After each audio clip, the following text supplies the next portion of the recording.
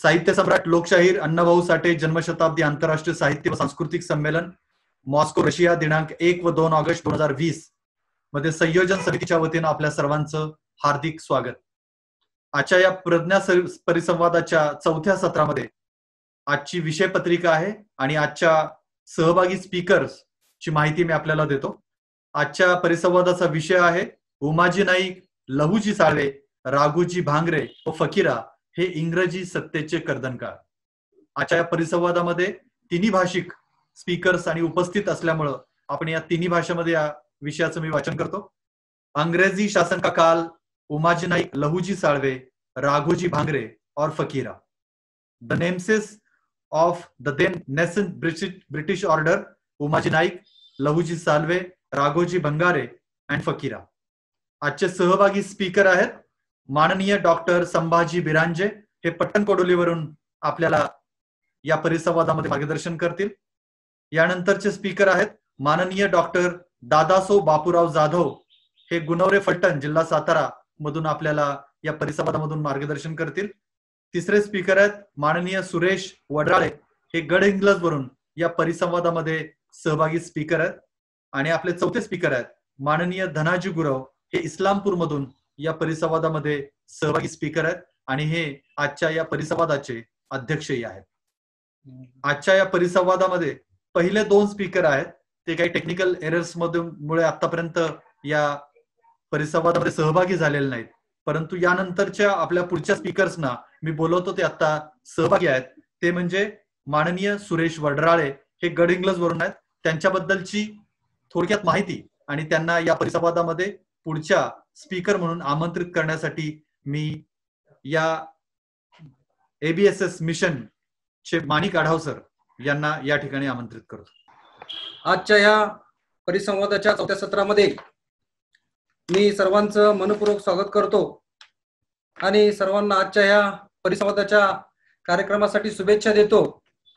आज आपल्या बरोबर पट्टण कोडोलीवरून डॉक्टर संभाजी बिरांजे साहेब आज पट्टण कोडोलीवरून आपल्याला संबोधित करणार आहेत। ते तत्वज्ञानाचे अभ्यासक आहेत। तत्वज्ञानाची त्यांनी PhD देखील केलेली आहे। त्याच पद्धतीने माननीय डॉक्टर दादासाहेब बाबूराव जाधव, उमाजी नाईक यांच्या इतिहासावर त्यांनी PhD केलेली आहे। त्याच पद्धतीने माननीय सुरेश वडराळे साहेब हे अक्षर पब्लिकेशनचे संपादक म्हणून काम करतात। त्याच पद्धतीने आपले आजचे शेवटचे स्पीकर आहेत धनाजी गुरव, विद्रोही सांस्कृतिक चळवळीचे ते सरचिटणीस म्हणून काम पाहतात। या सर्वांना माझ्या वतीनं आणि एबीबीएस मिशन मॉस्को परिवाराच्या वतीनं या सर्वांचं मी मनपूर्वक स्वागत करतो आणि आजच्या 4थ्या पुष्पमालेच्या कार्यक्रमाची मी त्यांना शुभेच्छा देतो आणि थांबतो। धन्यवाद।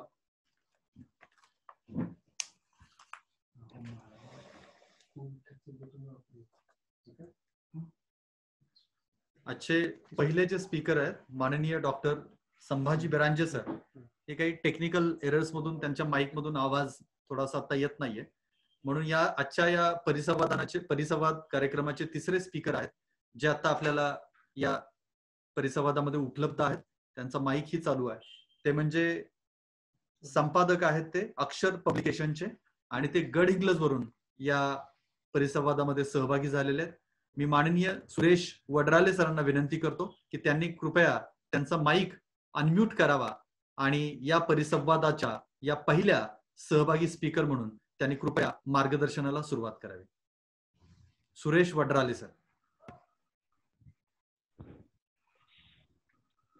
साहित्य सम्राट लोकशाहीर अण्णाभाऊ साठे जन्मशताब्दी आंतरराष्ट्रीय साहित्य व सांस्कृतिक संमेलन मॉस्को रशिया। वडराळे सर, मी आपल्याला कृपया 1 मिनिट थांबवतो। कृपया आपण आपला व्हिडिओ सुरू करता का, कारण आपला व्हिडिओ दिसत नाही आम्हाला। फक्त व्हिडिओ सुरू करा, कॅमेरा। मी आपल्याला रिक्वेस्ट पण पाठवतो। Yes, okay sir, okay, yes sir. साहित्य सम्राट लोकशाहीर अण्णाभाऊ साठे जन्मशताब्दी आंतरराष्ट्रीय साहित्य व सांस्कृतिक संमेलन मॉस्को रशिया। संयोजन समिती सातारा, महाराष्ट्र राज्य। या समितीच्या वतीनं क्रांती थिएटर सातारा आयोजित चे आदरणीय अवघडे सर, आमचे मित्रवर्य अमर गायकवाड सर, गाडे सर, डोंगरे सर, त्याचबरोबर सर्व संयोजन समितीचे सदस्य, पदाधिकारी, वाचक, लेखक, समीक्षक आणि प्रत्यक्ष आणि अप्रत्यक्ष पाहणाऱ्या अण्णाभाऊ साठेंवर प्रेम करणारे आपण सर्वजण, या प्रज्ञा परिसंवादामध्ये मी सर्वांचं स्वागत करतो.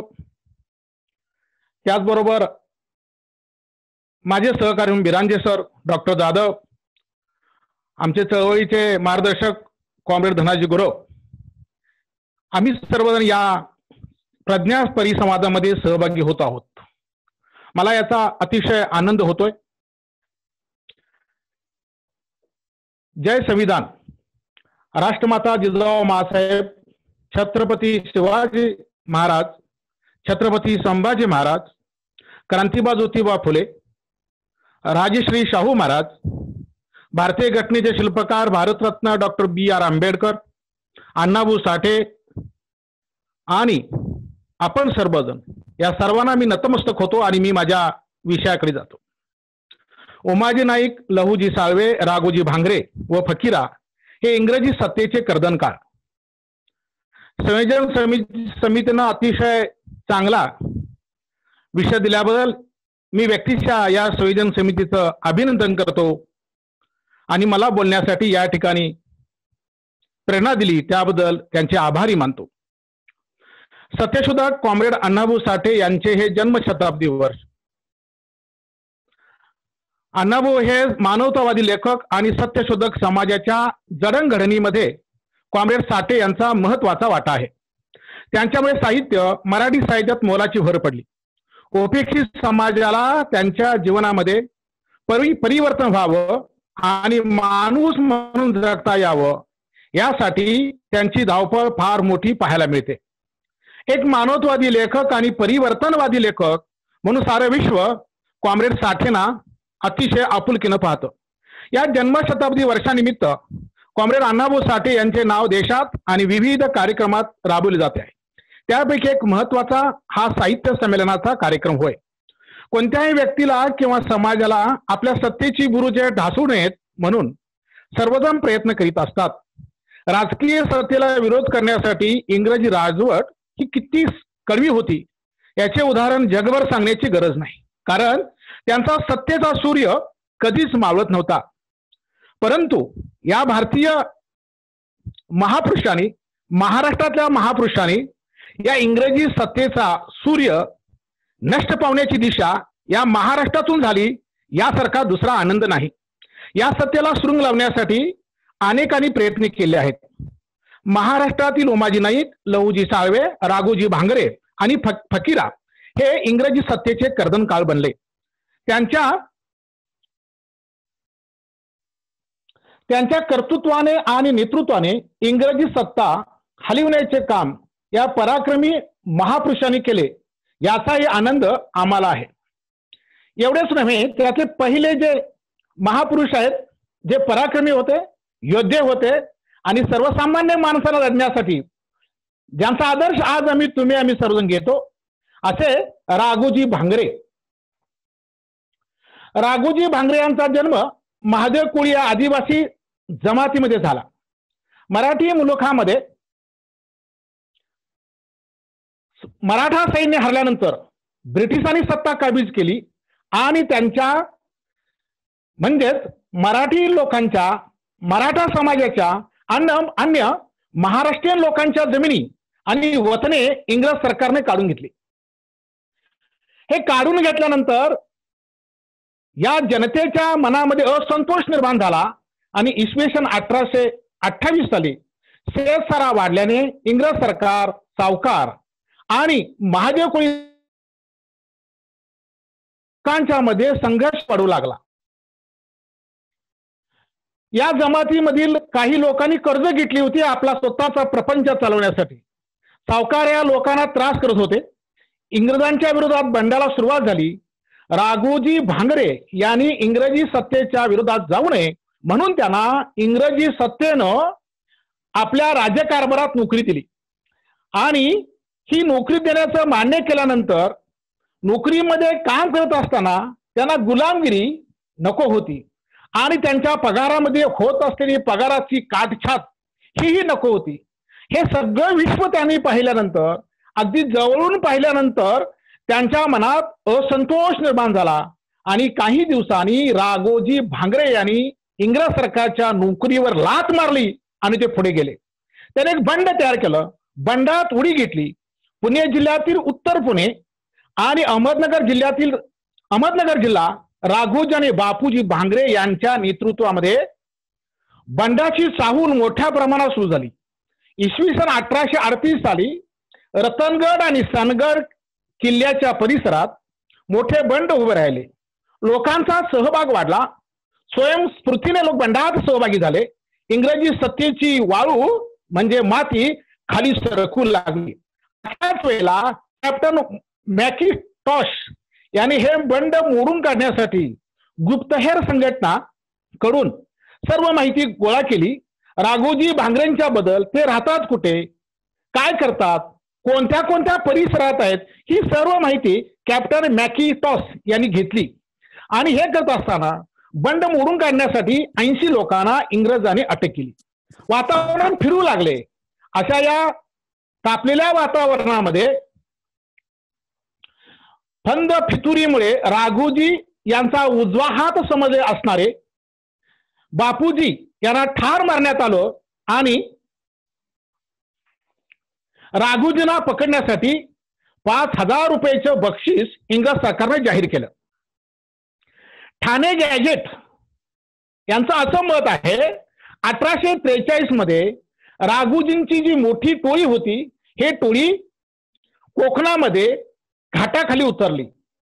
राघोजीने मारवाड या गावी छापे टाकले आणि हे छापे टाकल्यानंतर पोलिसांमध्ये तक्रार झाली. राघोजींचा ठाव ठिकाणा विचारण्यासाठी राघोजींच्या घरी पोलीस यंत्रणा गेली आणि इंग्रजांनी त्यांच्या घरी जाऊन त्यांच्या आईला निर्दयपणे हाल केले. या सर्व वातावरणामध्ये राघोजी चिडला होता. पुढे त्यांनी वेगवेगळ्या प्रकारच्या टोळ्या उभ्या केल्या आणि टोळ्या उभी करण्याच्या पाठीमाग कारण असं की सर्वसामान्य माणसाच्या पोटामध्ये अन्न नाही, त्यांना राहण्यासाठी निवारा नाही. आमचे बहुजन समाजातले सर्व नागरिक हे सह्याद्रीच्या आणि इतर परिसरात डोंगर कपारी राहत होते. अशा परिसरामध्ये नाशिकवर हल्ला केला. अनेक मारवाड्यांची नाकं कापल्यामुळे मारवाडी गाव सोडून गेले. एवढेच नव्हे तर हा सर्व उल्लेख अहमदनगरच्या गॅजेटेड मध्ये पाहायला मिळतो. ही सर्व बातमी इंग्रजांना घाम फोडणारी होती. एक सत्तेचा कर्दनकाळ आणि राघोजी यांच्यामध्ये वेगवेगळ्या प्रकारचे संघर्ष होऊ लागले. असं होत असताना याबरोबर साताऱ्याच्या गादीला सत्तेचा आधार असला पाहिजे म्हणून राघोजींनी साताऱ्याच्या गादीमध्ये आणि त्या ठिकाणच्या सर्व परिस्थितीमध्ये साताऱ्यामध्ये शिरल्याचं आपल्याला पाहायला मिळतं. साताऱ्याची गादी अतिशय अबाधित राहावी असाही हेतू त्यांचा होता, असंही अभ्यासकांचं मत आहे. गोरगरीब जनतेसाठी पैसा उभा करणं, समाजाचा विश्वास कायम ठेवणं आणि छळ करणाऱ्या सावकारांना धडा शिकवणं या हेतूनं हे लढे सातत्यानं उभं राहिले. राघोजींच्या बंडानंतर सुमारे 25 वर्षांनी वासुदेव बळवंत फडके यांचे बंड सुरू झाले. नोव्हेंबर 1844 ते 1845 या कालावधीमध्ये बंड शिगेला पोहोचलं होतं. राघोजी म्हणतात, आपण शेतकरी गरिबांचे कैवारी असून सावकार व इंग्रज सरकारचे वैरी आहोत, अशी भूमिका ते सातत्याने मांडत होते. म्हणजेच कुटुंबातील समाजातील स्त्रियांच्या बद्दल त्यांच्या मनात आदर होता. टोळीबद्दल गैरवर्तन ते खपवून घेत नव्हते. प्रामाणिकपणा, धैर्य, नीतिमत्ता, कर्तृत्व, नेतृत्व ही त्यांच्या जीवनशैलीची वैशिष्ट्य होती. एवढेच नव्हे तर सर्वसामान्य माणसांना न्याय मिळाला पाहिजे हा त्यांनी एक जाहीरनामा प्रसिद्ध केलेला होता. राघोजी महादेवाच्या देवळावर त्यांची भक्ती होती. जुन्नर येथील लढाईत मात खाल्यानंतर राघोजी कोणाला शोधता येऊ नये म्हणून ते गोसाव्याच्या वेशात फिरू लागले. पंढरपूर येथील बंडाच्या काळात आदिवासींना जमा करीत असताना मोठे त्यांनी बंड केले. याची बातमी इंग्रजांना समजली. याच वेळी इंग्रजांनी या राघोजी या वीर पुरुषाला पकडले व पोलीस स्टेशन मध्ये नेले. अत्यंत स्वाभिमानी असणारे राघोजी यांना कोर्टात वकील मिळवणे म्हणून इंग्रजांनी प्रयत्न सुरू केले. आपली बाजू राघोजी अतिशय भक्कम पद्धतीने मांडत होते. या सर्व वातावरणामध्ये क्रांतिकारक राघोजी भांगरे यांना 2 मे 1848 रोजी ठाणे येथील सेंट्रल जेल मध्ये फाशी दिली आणि एक इंग्रजी सत्तेचा कर्दनकाळ समाप्त झाला. या बंडामुळे भारतीय समाजाची मोठी हानी झाली आणि जनतेमध्ये अस्वस्थपणा वाढू लागला. त्यामुळे राघोजी इंग्रजी सत्तेचा कर्दनकाळ ठरले हे समाजमान्य नक्की करावंच लागेल. यानंतर दुसरे आहेत लहुजी राघोजी साळवे. हे भारतीय क्रांतिकारक जनक म्हणून समाजमान्य होते. लहुजी वस्ताद या नावाने ते प्रसिद्ध होते. समाजामध्ये पुरंदर जवळील पेठ या गावी त्यांचा जन्म झाला. युद्धकलेचे शिक्षण त्यांना त्यांच्या घरातच मिळाले होते. हा त्यांचा वारसा त्याने आयुष्यभर जपला होता. वडील राघोजी साळवे हे पराक्रमी होते. त्यांच्या वडिलांनी वाघाबरोबर लढाई केली होती आणि जिवंत वाघाला खांद्यावर घेऊन पेशवाईच्या दरबारी सादर केले होते. इतका पराक्रमी असणारा राघोजी साळवे त्यांचे चिरंजीव म्हणजे लहुजी साळवे. 5 नोव्हेंबर 1817 पेशव्यांचे इंग्रजांच्या सोबत खडकी येथे तुंब युद्ध झाले. इंग्रजांच्या विरुद्ध लढाया करण्याकरिता लाठ्या जमा करणं, लोक जमा करणं, वेगवेगळी शस्त्र जमा करणं हे त्यांचं प्रमुख काम सुरुवातीला ठरलं. राघोजींचे चिरंजीव लहुजी हे एखाद्या वाऱ्याप्रमाणे शत्रूवर वार करू लागले. तपासात वार करू लागले. शत्रूला लोळवत होते. अखेर या संकटातून बाहेर पडण्यासाठी घाबरलेल्या इंग्रजांनी एकत्रित येऊन राघोजींना संपवले. त्यांना पकडण्यासाठी घाबरलेल्या इंग्रजांनी एकत्रित येऊन राघोजींना संपवले आणि पेशव्यांचा पराभव झाला. या पराभवाने लहुजी स्वातंत्र्य प्राप्तीची ज्वाला त्यांच्या मनात भडकली. स्वातंत्र्य प्रेम, देशभक्ती त्यांना एकसारखी बोचत होती. अंगात इंग्रजांच्या विरोधात त्यांच्या मनात देश स्वातंत्र्याबद्दलची ठिणगी निर्माण झाली. आपल्या वडिलांना श्रद्धांजली करीत असताना लहुजी म्हणतात, मरेन तर देशासाठी आणि जगेन तर देशासाठी, अशी क्रांतिकारक प्रतिज्ञा आपल्या वडिलांच्यासाठी त्यांनी घेतली. ही समाधी आज पुण्याच्या शिवाजीनगरच्या वाकडेवाडी येथे पाहायला मिळते. दांडपटा चालवणे, तलवारबाजी, घोडेस्वारी, बंदूक चालवणे, निशाणेबाजी या सर्व बाबीमध्ये ते सातत्याने पुढे असत, मार्गदर्शन करत असत. आपल्या वडिलांचा मृत्यू व इंग्रजांनी केलेला पराभव हा लहुजींना असह्य झाला होता. देशाच्या कल्याणाकरिता इंग्रजांच्या राजवटी विरोधात जहाल क्रांतिकारकाची गरज आहे. या क्रांतीची गरज आहे. आपल्या अंगी असले युद्धकला आणि त्याचे तरुणांना प्रशिक्षण वर्ग त्यांनी चालू केले. 1822 मध्ये रास्तापेठ पुणे येथे देशातील पहिली तालीम युद्ध कौशल्य प्रशिक्षण केंद्र स्थापन केले. या प्रशिक्षण केंद्रात सर्व समाजातील युवकांना प्रवेश देण्याचे काम त्यांनी सुरू केले. त्यांच्याकडे जाती व्यवस्था, धर्म व्यवस्था यांच्या विरोधात त्यांनी काम चालू केले. नाना मोरोजी, क्रांतीवीर मोरो विठ्ठल वाळवेकर, क्रांतीवीर नाना छत्रे, ओमाजी नाईक, फुले यांचे सहकारी वाळवेकर आणि परांजपे हे देखील लहुजी साळवेंच्या आखाड्यात शिकले. यावरून त्यांची देशभक्ती आणि तळमळ, त्याचबरोबर त्यांची दूरदृष्टी आपल्याला पाहायला मिळते.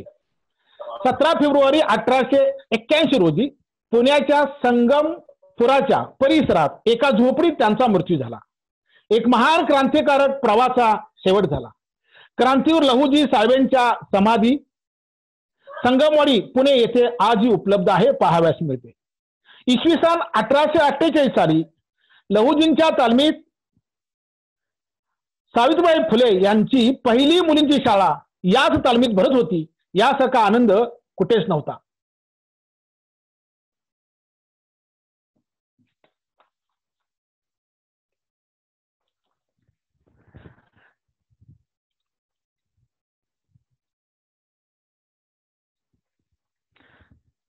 यानंतर उमाजी नाईक यांच्याबद्दल आपण चर्चा करू.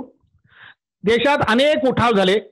इंग्रजांना सळो की पळो करून सोडणारे उमाजी नाईक यांची अशी ख्याती होती. उमाजी नाईक हे निधड्या छातीचे होते. आद्य क्रांतिकारक म्हणून त्यांची नोंदी आज आपल्याला पाहायला मिळते.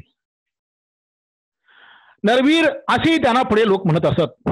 उमाजी नाईक हे उपेक्षित राहिले. मरावे परी क्रांती रूपे उरावे या उक्तीनुसार त्यांची ख्याती जगभर उमटली. एका उमाजी नायकांच्यामुळे सारा बेरड समाज पेटून उठला. क्रांतीची फुले निर्माण झाली आणि उमाजी समोर छत्रपती शिवाजी महाराज यांचा आदर्श होता. भाला कुऱ्हाडी ही त्यांची कौशल्य त्यांनी आत्मसात केली होती. पुरंदर किल्ल्याच्या वतनदारीचे संरक्षण आणि रामोजी समाजाकडून घेतलेले उपासमारीची वेळ हे सर्व दृश्य त्यांनी पाहिलेलं होतं. इंग्रजी सत्तेचा असणारा अत्याचार वाढल्याने त्यांच्या मनात असंतोष वाढला होता.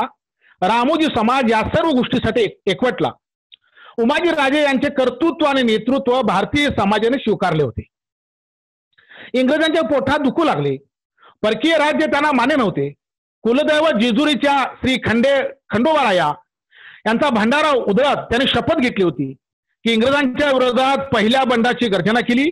उमाजी नाईक यांना इंग्रज सावकार आणि मोठे वतनदार यांना लुटून गोरगरिबांना मदत करीत असे. कोणत्याही स्त्रीवर अन्याय झालेला त्यांना ते मान्य नव्हता. एखाद्या भावाप्रमाणे ते पुढे धावून जात असत. इंग्रजांना ज्यांनी त्रास दिला त्यांना ते चोख उत्तर देत असत.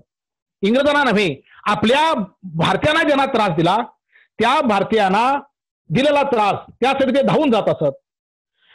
या सगळ्या बाबीमधून इंग्रजांना त्रास होत असे. 1818ला 1 वर्षाची शिक्षा त्यांना झाली. तुरुंगाबाहेर आल्यानंतर इंग्रजांविरोधात कारवाया अधिक वाढल्याने इंग्रजांनी त्यांच्या विरोधात अधिक कारवाया वाढल्याने इंग्रजी सत्तेला त्यांनी बाहेर राहून घाम फोडला. उमाजी राजे देशासाठी लढले. त्यांना पकडण्यासाठी कॅप्टन मॉकिंटॉश सासवड पुरंदर परिसरात त्यांना पकडण्याचे फर्मास चालू केले.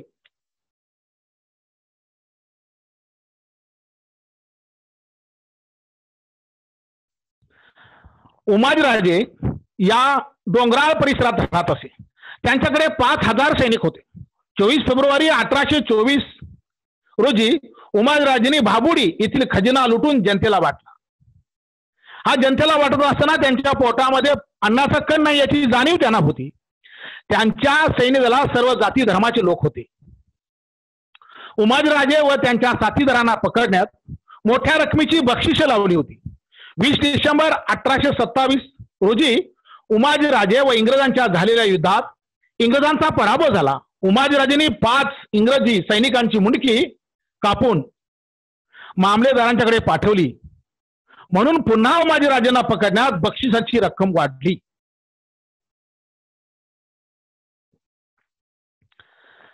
जंजिऱ्याच्या सिद्धी नवाब याने उमाजीराजेंना खास आम्हाला तुम्ही मदत कराल का अशा प्रकारची दाद मागितली होती. इंग्रज अधिकारी बॉर्डर आणि त्यांच्या सैन्याला मांडव देवी गडावरून बंदुका गोपनीय चालवून घायल केले होते. इंग्रजांना परत पाठवले. 26 जानेवारी 1831 साली उमाजीराजेंना पकडण्याकरता 5000 रुपये 200 बिघे म्हणजे 100 एकर जमीन जाहीर केली. याबाबत इंग्रजांना कोणतीही मदत आपल्या देशातील लोकांनी केली नाही. या लढ्यात व भारताच्या स्वातंत्र्यासाठी असणाऱ्या लढ्यात सर्व राजे राजवडे संस्थानिकांनी जनतेच्या कल्याणासाठी आणि आपल्याला स्वातंत्र्य लवकर मिळावं या एका आशेसाठी उमाजीराजेंना देशात पाठिंबा मिळू लागला. उमाजीराजेंनी 26 फेब्रुवारी 1831 या रोजी इंग्रजी सत्तेविरोधात एक जाहीरनामा प्रसिद्ध केला. इंग्रजांच्या नोकऱ्या परत करा. इंग्रजांच्या ज्या नोकऱ्या तुम्ही सोडल्या पाहिजेत. आपण एकत्रित येऊन काम करूया. एकत्रित येऊन इंग्रजांना लढूया. आणि हे लढणे कसं आवश्यक आहे जनतेला ते पटवून देत असत. इंग्रजांचे खजिने आपण लुटले पाहिजेत. शेत सारा भरू नये याकरिता उमाजीराजेंनी बक्षिसे लावली होती. जहांगीरी वतने रोख रक्कम अशा वेगवेगळ्या प्रकारची बक्षिसांची योजना उमाजीराजेंनी जनतेसाठी दिली होती. इंग्रजी राजवट ज्यांची वतने इंग्रजी राजवट काढून घेत होती ती परत केली जातील असे ते म्हणत असत. म्हणजे इंग्रजी राजवट लवकर संपून नवीन न्यायाधीश राज्याची स्थापना होईल यावर त्यांचा मोठा विश्वास होता. इंग्रजांना कुणीही मदत करू नये असे ते जाहीर आवाहन करत असत. भारतीय जनतेला आत्मविश्वास त्यांनी दिला. भारताच्या इतिहासात सोनेरी पानच आहे म्हणून उमाजी राजेंचे हे आद्य क्रांतिकारक त्यासाठी ठरतात. त्यावेळी भारतीय जनता उमाजी नाईक हे राजे आहेत, ते राजे बनले याचा आनंद महाराष्ट्रासह संपूर्ण देशाला झाला. इंग्रजांचा 5वा जाहीरनामा प्रसिद्ध झाला. 10,000 रुपये रोख बक्षिसे, 4 बिघे म्हणजे 200 एकर जमीन याच वेळी जाहीरनाम्यात इंग्रजांनी प्रसिद्ध केली. त्रिंबक चंद्रस कुलकर्णी या फितूर व्यक्तीनं, या स्वार्थीनं उमाजीराजेंची सर्व माहिती इंग्रजांना दिली. 15 डिसेंबर 1831 उमाजीराजे बेसावध असताना भोर येथील उत्तरोली या गावात इंग्रजांनी त्यांना पकडले. उमाजीराजेंना देशद्रोहाचा खटला चालविला. उमाजीराजेंना न्यायाधीश जेम्स टेलर यांनी फाशीची शिक्षा सुनावली. 3 फेब्रुवारी 1832 पुणे येथील खडकमळा वयाच्या 43व्या वर्षी हसत खेळत हे उमाजीराजे फासार गेले. इतरांना दहशत बसावी म्हणून इंग्रज सरकारने उमाजीराजेंचं प्रेत कचेरीच्या बाहेर पिंपळाच्या झाडावर 3 दिवस लटकावून ठेवले होते. त्याचबरोबर त्यांचे साथीदार खुशाबा नाईक आणि बापूजी सोळकर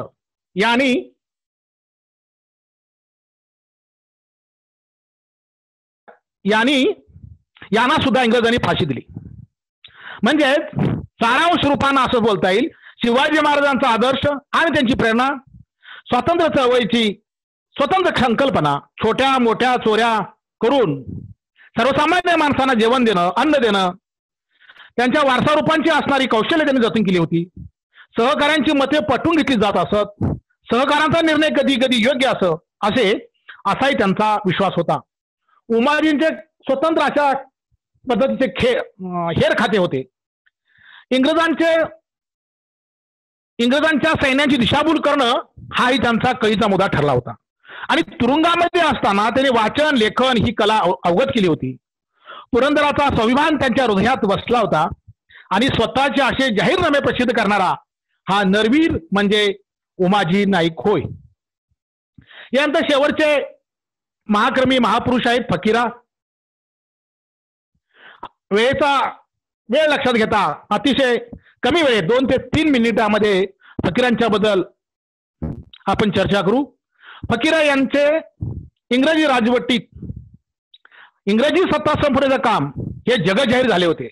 महारमांग आणि सर्वसामान्य माणसांची म्हणजे बहुजनांची पोटाची खळगी भरली पाहिजेत म्हणून खजिना लुटला, धान्याची कोठारं लुटली आणि जे आहे ते सर्वसामान्य माणसाला देऊन त्यांची पोटं भरली पाहिजेत. ते आपल्या या लढ्यामध्ये सामील झाले पाहिजेत. त्यासाठी आपल्याला इंग्रजांच्या विरोधात लढता येणार नाही म्हणून सर्वसामान्य माणूस हा केंद्रस्थानी झाला होता. स्वतःचा जीव धोक्यात घालून समाज कल्याणाची त्यांनी कामे केली. त्यांना स्वतःच्या प्रपंचापेक्षा समाजाचा प्रपंच अतिशय महत्वाचा वाटत होता. एकूणच फकीरा, उमाजी नाईक, लहुजी साळवे, राघोजी भांगरे यांचे बंड हे समाज मान्य होते, समाजाला दिशा देणारे होते. देश स्वातंत्र्य चळवळीत त्यांचे मोठे योगदान होते हे कुणालाही नाकारता येत नाही. पण सर्वजण उपेक्षित राहिले. निदान आता तरी त्यांच्या कर्तृत्वाचे धडे आजच्या युवकांनी स्वीकृत करून गिरवले पाहिजेत. या महाक्रमी पुरुषांचे कार्य भारतीय सर्व भाषेतील पाठ्यपुस्तकापासून महाविद्यालयीन अभ्यासक्रमात असणे आवश्यक आहे. त्यांच्या कार्याचा, त्यांच्या कर्तृत्वाचा, त्यांच्या नेतृत्वावर संशोधन करून त्यांना न्याय देणं ही तुमच्या आमची सर्वांची जबाबदारी आहे. या साहित्य संमेलनाचे यश हे नक्कीच असेल असे वाटते. त्यांच्या कार्याचा गौरव आणि त्यांचा सन्मान यथोचित आपण सर्वजण करत आहात. क्रांती थिएटर सातारा आयोजित करत आहात याचा आनंद मला अतिशय होतो. आपण सर्वांनी या ठिकाणी मला माझे मत या परिसंवादामध्ये भाग घेण्याची संधी दिली याबद्दल सर्वांचे मी आभार व्यक्त करतो. जय अण्णाभाऊ साठे.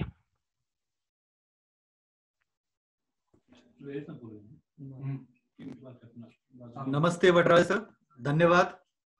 वडराळे सरांनी घडीला करून आपणाला या परिसंवादाच्या चौथ्या सत्रामध्ये आपल्याला संबोधित केलं. खरं तर त्यांनी आजचा परिसंवादाचा त्यांचा जो विषय होता, त्यांचं जे भाषण होतं ते क्रमांक 3 वर होतं, परंतु ऐनवेळी आलेल्या टेक्निकल अडचणीमुळे त्यांनी क्रमांक 1 वर ते बोलले आणि आपल्या सर्वांना खूप छान संबोधित केलं. आजच्या परिसंवादाचे पुढचे स्पीकर आहेत माननीय डॉक्टर संभाजी बिरांजे सर. यांनी फिलॉसॉफी या विषयामध्ये PhD केलेली आहे. पट्टण कोडोलीवरून ते आपल्या सर्वांना आता संबोधित करणार आहेत. माननीय संभाजी बिरांजे सर.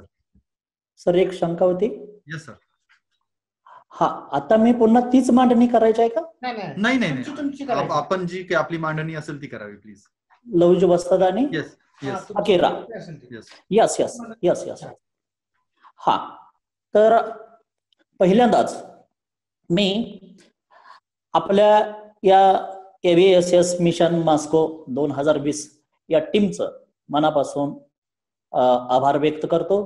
कारण आज जगभरामध्ये जो महामारी कोरोना-19 मुळे निर्माण झालेली आहे, अशा वेळी जगभरातील मृत्यूंची संख्या आणि भारतामध्ये हजारोंच्या संख्येनं मृत्यूकडे जाणारे लोक दिसत असताना या काळामध्ये सुद्धा लोकांनी घराच्या बाहेर जाऊ नये, त्यांनी आपापल्या भागामध्ये शांतता राखावी आणि ही शांतता वेगळ्या मार्गाने उद्दीपित होण्यापेक्षा ती एका समाजचिंतकांच्या, समाजाला योगदान देणाऱ्या माणसांच्या, समाजाचं देणं लागतो असं म्हणून ज्यांनी ही आजची व्याख्यानमाला आयोजित केलेली आहे, ह्या सर्व टीमचं मी मनापासून आभार मानतो आणि मी माझ्या विषयाला मांडणी करण्यासाठी प्रयत्न करतो. पहिल्यांदाच मी सुरेश वडराळे सरांचं आभार मानतो, कारण त्यांनी अतिशय चांगल्या पद्धतीनं 2-3 विषय, 4 विषय जे होते ते अतिशय चांगल्या पद्धतीने हाताळलेले आहेत.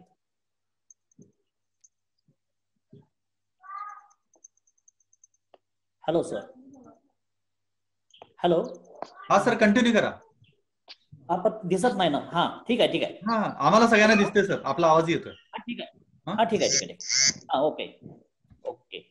आणि मग मी शेवटच्या त्यांच्या विषयाकडे बघत होतो, तर फकीरा ही अण्णाभाऊच्या आयुष्यातील सर्वश्रेष्ठ अजरामर झालेली अशी ती कादंबरी होती.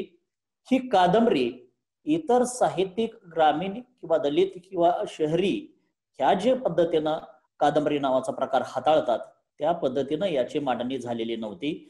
तर ह्या कादंबरीचा सर्व बेस जो आहे तो हिस्टॉरिकल अंगानं अण्णाभाऊ साठेंनी उभा केलेला आहे. खर तर अण्णाभाऊ साठेंच्या अनेक कथेबद्दल किंवा कादंबरीबद्दल काही जन समुदायामध्ये काही मिथक आपल्याला पेरलेली काही लोकांनी पाहायला मिळतात, की जेणेकरून त्यामध्ये त्या प्रचंड मोठ्या युगपुरुषाला एक वेगळ्या पद्धतीच्या भोवऱ्यामध्ये त्याचं सगळं चिंतन जाईल, त्याला कुठेतरी गालबोट लागेल. उदाहरण देऊन सांगतो की अण्णाभाऊ साठे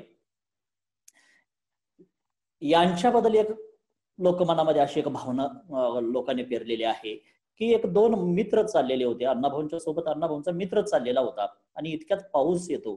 पाऊस कोसळत असताना अण्णाभाऊ तिथं आसरा बघतात. एका घरामध्ये अण्णाभाऊ जातात. तर मित्र बघा लागलेला आहेत की अण्णाभाऊ एका घरामध्ये गेलेले आहेत. एक 10 मिनिट 15 मिनिट झालेले आहे. अर्धा तासानंतर पाऊस संपतोय. बाहेर येतात अण्णाभाऊ, आपल्या मित्राबरोबर चालायला लागतात आणि मित्र अण्णाभाऊंना विचारतो की अण्णाभाऊ तुम्ही काय लिहिलेलं? अण्णाभाऊ म्हणतात की एक कादंबरी मी पूर्ण केली. म्हणजे अर्ध्या तासामध्ये एक कादंबरी पूर्ण झाली असं त्यांच्या मित्रानं कुठंतरी लोकांच्या मनामध्ये सांगितलेलं आणि हे कुठंतरी दृगोचर व्हायला लागले. महाराष्ट्रामध्ये अनेकदा ही गोष्ट कानावर येते. पण मित्रांनो, मला या ठिकाणी अशा पद्धतीनं सांगायचं की अण्णाभाऊंच्यावर घोर अन्याय करणारं जसं विधान आहे त्याच पद्धतीनं अण्णाभाऊंचं कमी पद्धतीनं, हीन पद्धतीनं अवमूल्य करण्यासारखं सुद्धा हे विधान आहे. याचं कारण असं की मी आपल्या समोर सांगतो की अग्निदिव्य कादंबरी आहे की जी 5 वर्ष अण्णाभाऊ कोल्हापूरला येऊन तिची सगळी माहिती घेऊन जात होते. अनेक इतिहासचार्य मंडळींना भेटायचे आणि अनेक त्याच्यामध्ये युगांतर मासिकाच्या ऑफिसमध्ये जाऊन तिथले जुने इतिहासावरचे अंग तपासून आपली ती मांडणी करायचे. आणि त्यानंतर त्यांनी दवाखान्यामध्ये ऍडमिट असताना देखील 1.5 महिन्याच्या टोटल शांतपणे विश्रांतीनंतर अण्णाभाऊंनी त्यांची अग्निदिव्य नावाचे प्रतापराव गुजर यांच्यावर कादंबरी लिहिलेली आहे. याचाच अर्थ अण्णाभाऊ एक एक कादंबरी लिहित असताना त्याच्या प्रचंड मोठ्या तपशिलामध्ये जात असत आणि त्याची सर्वांगपूर्ण माहिती काढल्यानंतर अण्णाभाऊ तो कादंबरीच्या रूपानं महाराष्ट्रीय लोकांच्या समोर तो दस्तावेज सादर करत असत. त्याच पद्धतीनं आज ज्या पद्धतीनं की आता आपण फकीरांच्याकडे जे बघतोय अण्णाभाऊंच्या, की 59-60च्या दरम्यान अण्णाभाऊंनी ही लिहिलेली कादंबरी जी आहे ती टोटल हिस्टॉरिकल अंगानं घेतलेली आहे कादंबरी. याचं कारण का, अण्णाभाऊंचा जन्म जेव्हा झालेला 1920ला तेव्हा अण्णाभाऊ पाळण्यामध्ये आहेत आणि त्यांच्या आत्या बाहेर येतात, तेव्हा फकीरांना घोडदौड करून मिडसगावचा खजिना लुटलेला आहे. मिडसगावचा खजिना लुटलेली लूट जी आहे ती फकीराकडे, आणि ही फकीराकडची लूट जी आहे त्या फकीराच्या लुटीतले काही जे डॉलर आहेत, पैसे आहेत, ते फकीरा घोड्यावरून तिथून जात असताना खिशामध्ये आपले हात घालतो आणि हात घातल्यानंतर फकीरा सुरती रुपये जे आहेत त्या सुरती रुपयाची लूट केलेली काही नाणी आत्याकडे देतात आणि आत्याला सांगतात की बाळाला घोटी करून पाजा. याचं कारण का, अण्णाभाऊ तेव्हा लहान होते, दुधावर होते आणि त्यावेळी अण्णाभाऊंना जो खाऊ लहान बाळाला दिला जायचा, याचाच अर्थ तेव्हा फकीराची घोडदौड जेव्हा चालू होते तेव्हा ती अण्णाभाऊंच्या मनानं ज्ञानेंद्रियानं शोधलेली होती. आणि मग तो खरा इतिहास, अण्णाभाऊ जेव्हा जेव्हा वाटेगावला यायचे तेव्हा तेव्हा ते तांदूळवाडीला जायचे, भेडसगावला जायचे. भेडसगावच्या ब्राह्मणाचा असणारा वाडा, प्रचंड मोठासा टोलीजंग, जिथं फकीरानं तो दिवसा 2:30-3 वाजता हलगी वाजवत घेऊन तो फोडलेला होता. या घटनेचे साक्षीदार आजच्या वेबिनारचे संयोजक जे आहेत ते आदरणीय तात्यासाहेब अवघडे सर. याबद्दलचं मी संशोधन करायला गेलेला असताना माझ्या सोबत दिवसभर ते थांबून होते की आम्ही दोघांनी अनेक गोष्टी त्या ठिकाणी तपासल्या, अनेक गोष्टी शोधल्या की फकीरानं जर त्यावेळी जर इतकं प्रचंड मोठ्या पद्धतीनं जर दिवसा ढवळ्या दरोडा टाकून जर ती जर संपत्ती नेत असेल तर अशा पद्धतीचं इंग्रजांना दिवसा ढवळ्या दरोडा घालून दिलेलं आव्हान भारताच्या इतिहासामध्ये, महाराष्ट्राच्या इतिहासामध्ये अत्यंत दुर्मिळ आहे. आणि असा हा फकीरा जेव्हा हा भेडसगावच्या वाड्यामध्ये प्रवेश करतो तेव्हा ब्राह्मणाची पत्नी आणि तिची मुलगी आहे ही जेव्हा समोर येते फकीराच्या, तेव्हा फकीरा त्यांना सांगतो की तुमच्या जवळ माणसं आहेत आणि आमच्या जवळ काही दरोडेखोर चोर आहेत असं तुम्हाला वाटतं का? तसं नाही. रघु ब्राह्मणाला ते सांगतात की तुम्ही वाट सोडा, मला आत जाऊन बघायचं आहे. जेव्हा ते पाऊल पुढे टाकतात तेव्हा रघु ब्राह्मणांची मुलगी दिसते. तेव्हा रघु ब्राह्मणांना ते सांगतात की आम्ही माणसं आहोत आणि आम्ही माणूस आहेत आणि म्हणून केवळ माणसं ही आबरू खाऊन जगत नसतात आणि म्हणून तुम्ही तुमच्या बायकोंना, तुमच्या मुलगीला घेऊन बाजूला या. याच्यामध्ये फकीराचं मोठंपण असं आहे की फकीरा जेव्हा त्यांच्यावर हात घालत नाही, तो सोनं लुटतो, तो तिथलं अन्नधान्य लुटतो आणि गोरगरिबामध्ये वाटतो की ज्यांना त्या दुष्काळामध्ये 2 घास सुद्धा खायला मिळत नाहीत अशांची व्यवस्था फकीरा करतो. पुढचा भाग त्याच्यामध्ये असा दिसतो की फकीरा ह्या अबलांच्यावर हात घालत नाही. ह्याचा अर्थ फकीरा कुठल्याही अब्रुवान स्त्रीला हात लावत नाही. तिच्या अब्रूच्या किमतीनं तिचं तो स्त्रियांचं मोल करत असतो. बाबासाहेब आंबेडकरांनी जेव्हा हिंदू कोड बिलाची निर्मिती केलेली होती आणि स्त्रियांना सुद्धा मूल्य दिलेलं होतं, ही शिकवण जी आहे ती फकीरामध्ये पाहायला मिळते. इतकंच नाही तर फकीराच्या ह्या शिलवान कृतीमधून भगवान बुद्धानं जो शील स्त्रीचं स्थिल आहे, नीतिमत्ता आहे, ही जी नीती जी आहे ह्या ठिकाणी अधोरेखित करायचा फकीराच्या माध्यमातून प्रयत्न झालेला होता.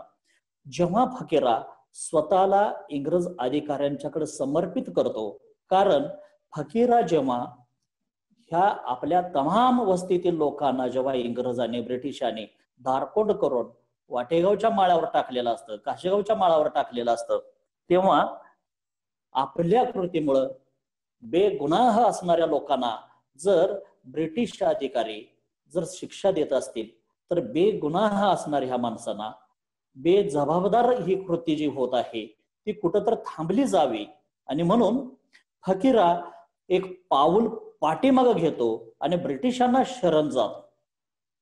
आता इथे एक गोष्ट फकीराची घडते की फकीरा हा एक त्या काळातला महानायक आहे, तो उपेक्षितांचा तारणहार आहे, तो वाली आहे, आणि सगळी समाज व्यवस्था त्याच्याकडं आपला नायक म्हणून बघत असते. आपला हा नायक ब्रिटिश अधिकाऱ्यांना घाबरला का, त्याच्यामध्ये पळपुटापणा आले का, अशी त्यांच्यामध्ये भावना होईल असा मॅसेज जात असतो. अशा वेळी जेव्हा फकीराचा आपण अनालिसिस करतो तेव्हा त्या लोकांनी पण फकीराला समजून घेतलेला आहे की अण्णाभाऊंनी फकीराला ही जी मांडणी केलेली आहे त्यामधून फकीरा 2 पावलं पाठीमागे येतो. याचा अर्थ फकीरा हा की प्रचंड मोठी नीतिमूल्यांची शिकवण, प्रचंड मोठी नीतिमूल्यांची दुमजली इमारत जी आहे ती दुमजली इमारत जी आहे ती उभी करण्यासाठी आपलं योगदान द्यावं लागलेलं आहे. ज्या नीतीबद्दल महात्मा फुले बोललेले आहेत की नीती विना गती गेली, गती विना मती गेली, वित्ता विना शूद्र खचले, इतके अनर्थ एका अविद्येने केले, असं म्हणून महात्मा फुलेनं नीतीबद्दल जे मांडलेलं आहे ते इथं कुठं तर फकीराच्या शिकवणीमध्ये दिसतं की फकीरानं 2 पावलं पाठीमागे जेव्हा येतो फकीरा, तेव्हा नीतिमत्तेची प्रचंड मोठी भिंत बांधली जाते. भगवान बुद्धाच्या धम्म आणि नीती असं जेव्हा धम्माचं विवेचन डॉक्टर बाबासाहेबांनी केलं तेव्हा धम्म म्हणजे ईश्वर वगैरे असं काय नाही किंवा एक वेगळा प्राणी वगैरे आहे, तो कुठं तर फार लांब आहे, त्याचं जगावर सगळं राज्य आहे असं म्हटलेलं नाही बाबासाहेब आंबेडकरांनी. डॉक्टर बाबासाहेब असं म्हणतात की धम्म म्हणजे नीती आहे आणि नीती म्हणजेच धम्म आहे. तर ही जी नीती जी आहे ती नीतिमत्ता आपल्या कर्तृत्वानं वाढवणारा असा हा फकीर आहे की जो अण्णाभाऊंनी लोकांच्या समोर आणलेला आहे. त्यातून हे एक पुढचा भाग आणखी एक तुम्हाला मी सांगतो की जो मागाशी तो विवेचनामध्ये येत असताना टायमिंग झालं सरांचं आणि सर थांबले, त्याच्यामधून एक राहिलेला भाग असा होता की फकीरा इंग्रजांना जेव्हा शरण जातो त्या बदल्यात आपल्या सगळ्या लोकांची सुटणुका करून घेतो, आपला घोडा इंग्रजांना देतो, आपली तलवार आपली इंग्रजांना देतो. हे सगळे लोक निघून जात असताना फकीरा ब्रिटिश अधिकाऱ्यांच्या समोर, मॅकलिन असेल त्यांच्या अधिकाऱ्यांच्या समोर सांगतो की मला फक्त ती तुमच्याकडची तलवार तेवढी द्या. बघा, मला फक्त तुमच्याकडची तलवार फक्त द्या. ह्याचं कारण असं आहे की ही तलवार जी आहे ती घेऊन माझे वडील राणोजी जे आहे ते खोता विरोध लढाई केलेली आहे. मी इंग्रज अधिकाऱ्यांच्या विरोधात ही लढाई करतोय, ती तलवार घेऊन. ह्या तलवारीचा इतिहास म्हणजे स्वराज्य रक्षक, हिंदवी स्वराज्याचे संस्थापक छत्रपती शिवाजी महाराज जे आहेत त्यांनी आमच्या कर्तृत्वाला न्याय देण्यासाठी आम्हाला राऊत पदवी देऊन गौरव करत असताना, आम्हाला हे वतन देत असताना, आमचा सन्मान करत असताना, आमचा पुरस्कार करताना, आमच्या पाठीवर हात ठेवून आम्हाला नव्या आमच्या आयुष्याला जगण्याची दिशा देत असताना ही तलवार आम्हाला भेट दिलेला आहे. ते आमच्या प्रेमाचं शिवरायांच्या प्रतीक आहे की ज्याची प्रत्येक वर्षी आम्ही पूजा आमच्या घरामध्ये करत असतो. हा आमचा सांस्कृतिक ठेवा जो आहे तो आम्हाला द्यावा आणि मग आम्हाला खुशाल घेऊन जावं, त्या ठिकाणी मारून टाका, तुम्हाला काय करायचं आहे ते करा. मात्र फकीरा जेव्हा ही तलवार इंग्रज ब्रिटिश अधिकाऱ्यांच्याकडून घेतो आणि आपल्या घरच्या लोकांच्या हातामध्ये देतो तेव्हा सुद्धा फकीरा मरणावर जाताना सुद्धा एक बाजी मारलेला आपल्याला पाहायला मिळतो. ती बाजी अशी दिसते की छत्रपती शिवरायांची जी मालमत्ता जी आहे ती पेशवे काळात पेशव्यांनी धुळदाण करून टाकलेली होती. अतिशय अन्याय अत्याचारात महाराजांचं जे सगळी सल्तनत लयास लावलेली होती.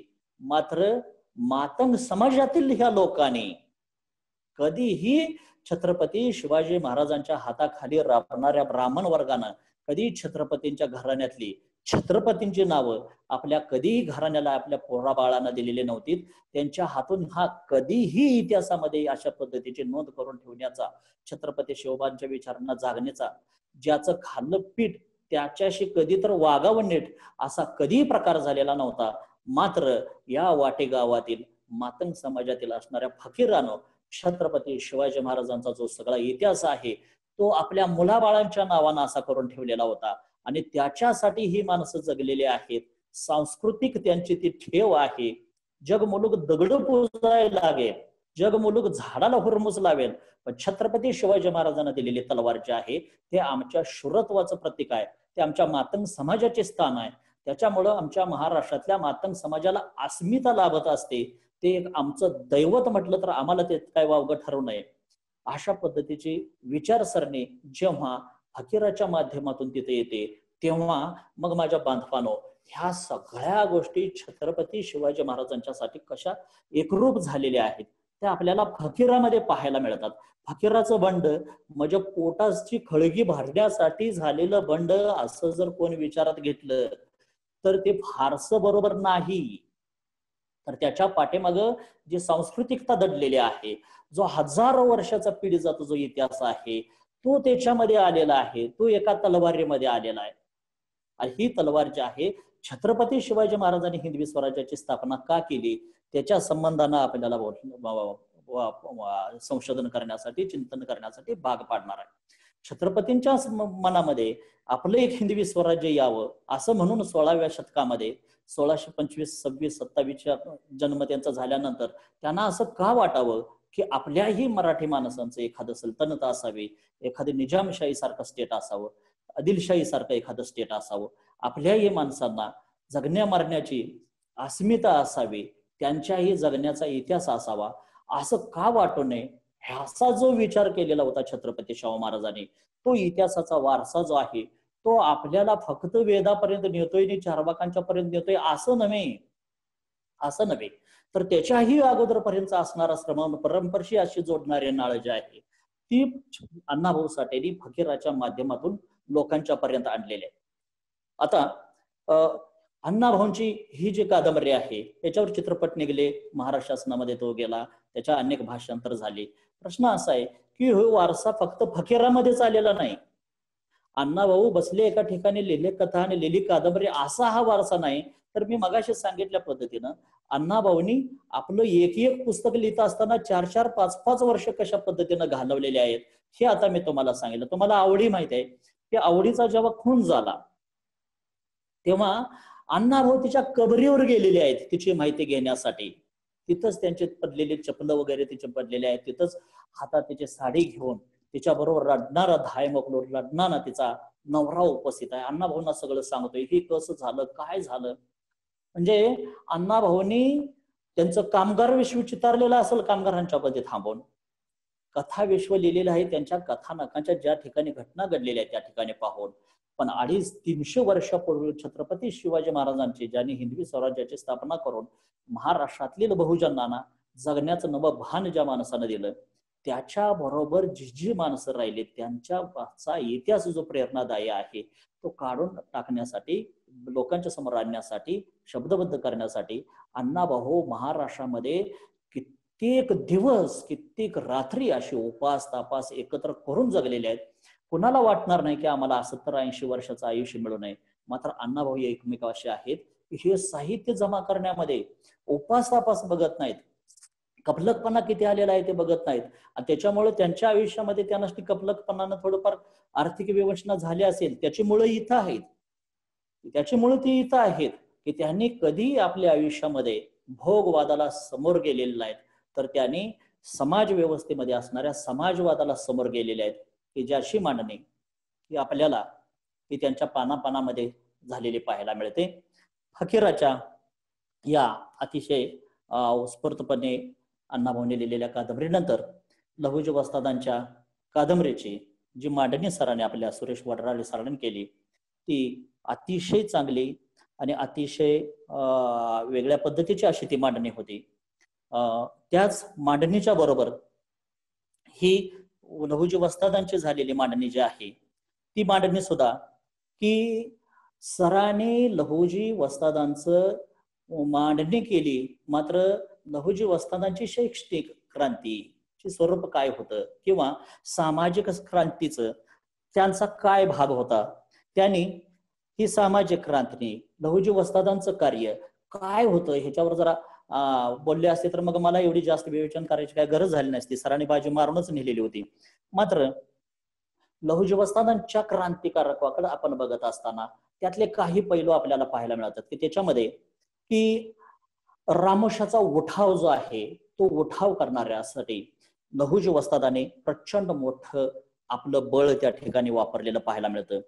आदिवासी समाज जो आहे तो ह्या क्रांतीच्या प्रवाहामध्ये येण्यासाठी प्रचंड मोठी पाठबळाची, मगाशी सरांनी सांगितलं वडणारे साळे की काट्या लावणं, शस्त्र पुरवणं, संग्रह जमवणं, ह्याच्यामध्ये आदिवासी बांधवांच्या पाठीमागे उभा राहण्याचं त्यांनी फार मोठ्या पद्धतीनं काम केलं. त्याचबरोबर महाराष्ट्रामध्ये आणि इतर प्रांतात जे शेतकऱ्यांचं जे उठाव झाले त्या शेतकऱ्यांच्या उठावामध्ये सुद्धा फार चांगल्या पद्धतीनं काम लहुजी वस्तादांनी केलं. 1857 ची क्रांती जी आहे त्या 1857च्या क्रांतीमध्ये सुद्धा लहुजी वस्तादांनी फार चांगल्या पद्धतीचं काम केलेलं पाहायला मिळतं. लहुजी वस्ताद जे पुणेच्या आसपास जिथं राहिलेले आहेत त्या ठिकाणी लहुजी वस्तादांनी पुणे उठाव केलेला दिसतो, साताऱ्याचा उठाव केलेला दिसतो. उत्तर भारतात जे काही ठराव झाले, उठाव झाले त्यामध्ये पण लहुजी वस्तादांचं काम आपल्याला पाहायला मिळतं. अस्पृश्यता निवारणामध्ये त्यांनी काम केलेलं पाहायला मिळतं. बहुजन उद्धाराचं कार्य त्यांनी केलेलं पाहायला मिळतं. मानवतावादी धर्माचा प्रसार आणि प्रचार करण्यामध्ये त्यांनी काम केलेलं पाहायला मिळतं. अस्पृश्यांचे एकीकरण झालेलं काम पाहायला मिळतं. सार्वजनिक विहिरीची निर्मिती करून त्यांनी एक मोठाच आदर्श लोकांच्या समोर ठेवलेला पाहायला मिळतो. अस्पृश्यांच्या शाळेचे लहुजी वस्ताद हे त्या काळाचे प्रसारक जसे आहेत तसं स्त्री शिक्षणाचा पाया घालून संबंध व्यवस्थेला पुरोगामी करण्यामध्ये जी चळवळ एक तत्कालीन कालखंडात चालली त्या तत्कालीन कालखंडातील चळवळीचे पाठीरागे सुद्धा लहुजी वस्ताद झालेले आहेत. त्याचपरीनं लहुजी सावित्रीबाई फुलेंनी जे शाळा चालू केल्या त्या स्त्री शिक्षणाच्या प्रवक्त्या ज्या आहेत त्यांच्या पाठीशी उभा राहून त्यांची शैक्षणिक चळवळ पुढे चालवण्यामध्ये त्यांचं फार मोठं योगदान आहे. तालमीत त्यांच्या शाळेची स्थापना सावित्रीबाईंनी केलेली आहे आणि अस्पृश्यासाठी त्याने ग्रंथालयाची सुद्धा उभारणी केलेली पाहायला मिळते. अशा पद्धतीनं लहुजी वस्तादांचं शैक्षणिक आणि सामाजिक कार्य फार मोठं असलेलं आपल्याला पाहायला मिळतं. मी या ठिकाणी मगाशी पहिल्यांदाच सुरुवातीलाच जेव्हा वेबिनार आपला चालू झाला तेव्हा काही तांत्रिक कारणास्तव हा वेबिनार व्यवस्थित लॉन्च होता आलेला नव्हता. वेळेअभावी आणि वेळ झाल्यानंतर त्याच्यामध्ये काही तांत्रिक अडचणी आल्या आणि तो सुरू होण्यामध्ये एक 5 ते 10 मिनिट गेली.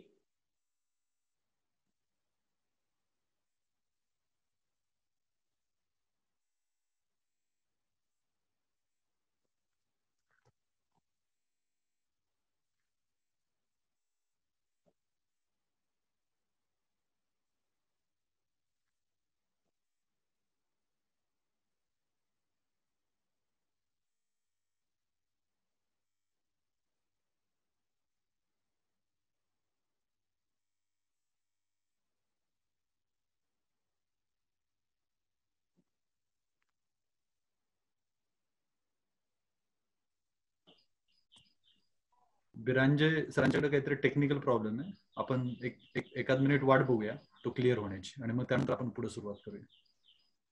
आवाज येते सर माझा? येतोय, बोला सर. हा बोलू का? हा बोला. हा पण संपल्यानंतर तुम्ही सांगा मला. हो बोला. हा तर ही जे अण्णाभाऊंची जे मांडणी आहे हिस्टॉरिकल, प्रत्येक पात्र, प्रत्येक प्रसंग आणि प्रत्येक पुस्तकामधून अण्णाभाऊ जे आपल्याला जे सांगत आहेत तो भारताच्या ह्या तत्कालीन कालखंडामध्ये घडलेला जो इतिहास आहे तो इतिहास शाळेत कधीही पाऊल न टाकलेल्या माणसाकडून सांगण्यात आलेला आहे. याचा अर्थ त्यांनी काहीही लिहिलेलं नाही, हा समाजासमोर आदर्श घालून दिलेला आहे. आपण बघतो की अनेक शैक्षणिक क्षेत्रातले लोक, अनेक इंडस्ट्रियलिझम मधले लोक, अनेक मेडिकल सायन्स मधले लोक, किंवा अनेक कृषी असू दे, कल्चरले असू दे, अनेक ठिकाणी लोक जे सांगत असतात त्या अनेक गोष्टीमध्ये कितीतरी वेळा गफलत होत असते. लोकांच्या समोरचा इतिहास जो आहे तो इतिहास कितीतरी वेळा दूषित अंगानं लोकांच्या समोर मांडायचा प्रयत्न होत असतो. अशा वेळी जर अण्णाभाऊ एकही इयत्ता जर व्यवस्थित गिरवू शकले नाहीत, माध्यमिक असू दे आणि उच्च माध्यमिक असू दे, इथपर्यंत सुद्धा त्यांच्या आयुष्याचा शैक्षणिक प्रवास जिथं झालेला नाही, त्या माणसानं एक एक ग्रंथ, एक एक वैचारिक पुस्तक, एक एक कादंबरीच्या रूपाने हे सगळं इतिहास मांडत असताना 5-5, 6-6 वर्ष वेचलेले आहेत. आणि मग ह्या माणसानं अतिशय सकस असं, जसं जीवन ह्या माणसानं आपलं आयुष्य जसं सकस पद्धतीनं जगलेलं आहे, तसंच त्या माणसानं विचारावर अधिष्ठित असणारं अतिशय क्रांतिकारक नव्या पिढीची, नव्या मनांची उदरभरण करणारं असं हे साहित्य या माणसानं अवघ्या 50 वर्षात आपल्याला ठेवून आपल्या समोर गेलेलं आहे. आपण लहुजी वस्तादांची मांडणी करत असताना किंवा फकीराची मांडणी आपल्या समोर घेत असताना स्वराज्य संस्थापक छत्रपती शिवाजी महाराज आपल्या समोर येतात. त्यांचं जसं आयुष्यमान 50 वर्ष त्यांना मिळालं, तितकंच आयुष्यमान 50 पर्यंत गेलेलं आपल्याला अण्णाभाऊ साठेंच्या रूपानं, व्यक्तिमत्वानं आपल्या समोर आहे. त्या छत्रपतीनं हातात तलवार घेऊन जसा स्वराज्याचा इतिहास निर्माण केला, तसं मातंग समाजामध्ये जन्मलेल्या या महानायकानं लेखणी आता आपल्या हातात घेऊन आपल्या संपूर्ण बहुजन वर्गाचा इतिहास कादंबरीच्या रूपानं लिहून ठेवायचा आपल्या जीवनाच्या अंतापर्यंत प्रयत्न केलेला दिसतो. आणि म्हणून मी म्हणतो की ह्या त्यांच्या 100व्या जन्मशताब्दीच्या समोर जात असताना आम्ही अण्णाभाऊंच्यावर कोणत्या अंगानं बघतोय हे फार महत्वाचं आहे. की त्यांना हास्यास्पद स्वरूपानं बघायचं आहे, की त्यांना शंकाखोर पद्धतीनं बघायचं आहे, का त्यांच्याकडे अज्ञान रूपानं बघायचं आहे, का त्यांच्याकडे डोळस उदात्त ध्येयवादी दृष्टिकोन ठेवून असं बघायचं आहे की जेणेकरून आपल्याला 21व्या शतकामध्ये जात असताना काही टक्केनं मार्गदर्शन होऊ शकतं का. जर त्यांच्या कादंबऱ्यामधून जर नवे प्रवाह जर आपल्या तरुणांच्यासाठी जर निर्माण होत असतील तर त्याचं आपण स्वागत केलं पाहिजे. मी या ठिकाणी अण्णाभाऊंच्या साहित्याच्या संबंधानं जात असताना मी हिस्टॉरिकल अंगानच लहुजी वस्तादांच्याकडे जसं कार्याकडे बघतोय, तसंच फकीराकडे सुद्धा बघत असताना अण्णाभाऊंच्या हिस्टॉरिकल अंगानं बघतो. इतकंच नाही तर मी अण्णाभाऊंच्यावर सुद्धा ऐतिहासिक दृष्टिकोनातूनच बघतो की महाराष्ट्रामध्ये तमाम अभ्यासक आहेत अण्णाभाऊ साठेंचे. हे महाराष्ट्रातले अभ्यासक जे आहेत त्यांनी अण्णाभाऊंची साधन सामुग्री ज्या ज्या ठिकाणी मिळेल त्या त्या ठिकाणी ती घेतलेली आहे आणि त्या त्या पद्धतीनं ते चरित्र केलेलं आहे. आता प्रश्न असा आहे की 1250 पानाचं असणारं पुस्तक भगवान बुद्धांच्यावर जे आशियाचा धम्मदीप म्हणून जे प्रकाशित केलेलं होतं अर्नॉल्डनं, 1200 पानाचं पुस्तक आहे. त्यावेळी आशियाचा दीपस्तंभ म्हणून पुस्तक असणाऱ्यामध्ये हजारो चुका सापडू शकतात. तसं लांब राहिलेले आहेत. अण्णाभाऊ ज्या वाटेगावामध्ये आहेत त्या गावामध्ये अण्णाभाऊ कशा पद्धतीनं आले, पहिल्यापासून अण्णाभाऊ असे आहेत तर असं म्हटलं त्या गावचे, तर अण्णाभाऊंचे विजापूरशी संबंध कशा पद्धतीनं आलं, विजापूरमधून अण्णाभाऊ वाटेगावमध्ये आले, ते कोणत्या कारणावरून आले, तिथं जर कोणतं कारण घडलं नसेल तर ते मग सातारा जिल्ह्यामध्ये वेगवेगळ्या, सातारा आहे, सांगली आहे, पश्चिम महाराष्ट्र कोल्हापूर आहे छत्रपतीचं, इथं न थांबता ती वाटेगावच त्यांनी का निवडलं, याच्या अनुषंगानं महाराष्ट्रामध्ये आजपर्यंत कोणी स्टडी केलेला नाही. दुसरी गोष्ट मी तुम्हाला ह्या प्रसंगानं सांगू इच्छितो की वाटेगावमध्ये अण्णाभाऊ साठे जे आहेत ते प्रत्येक साहित्यिक विचारवंतानं, समीक्षक, अभ्यासकानं मांडत असताना फक्त अण्णाभाऊंच्याकडे ते मातंग समाजाचेच आहेत अशा पद्धतीनं बघितलेलं आहे. मात्र बंधूंनो, आपण अण्णाभाऊंना 1920 पासून 100 वर्ष अण्णाभाऊंचा प्रवास म्हणतोय. अण्णाभाऊ भारतीय जाती व्यवस्थेमध्ये जी कोणती जात आहे, मग ती मांग असू दे, महार असू दे, चांबार असो, ढोर असू दे, कुठलीही असो, इतर जाती मराठ्यांच्या पण असू देत, तिथं तर 96 कुळं आहेत. महार समाजामध्ये 10-15 घटक आहेत, चांबार समाजामध्ये 20 घटक आहेत, मातंग समाजामध्ये अण्णाभाऊ साठे महामंडळाची जर कार्यक्रम पत्रिका, माहिती पत्रिका जर घेतली तर मातंग समाजातील उपघटकांचं तिथे नावं दिसतात.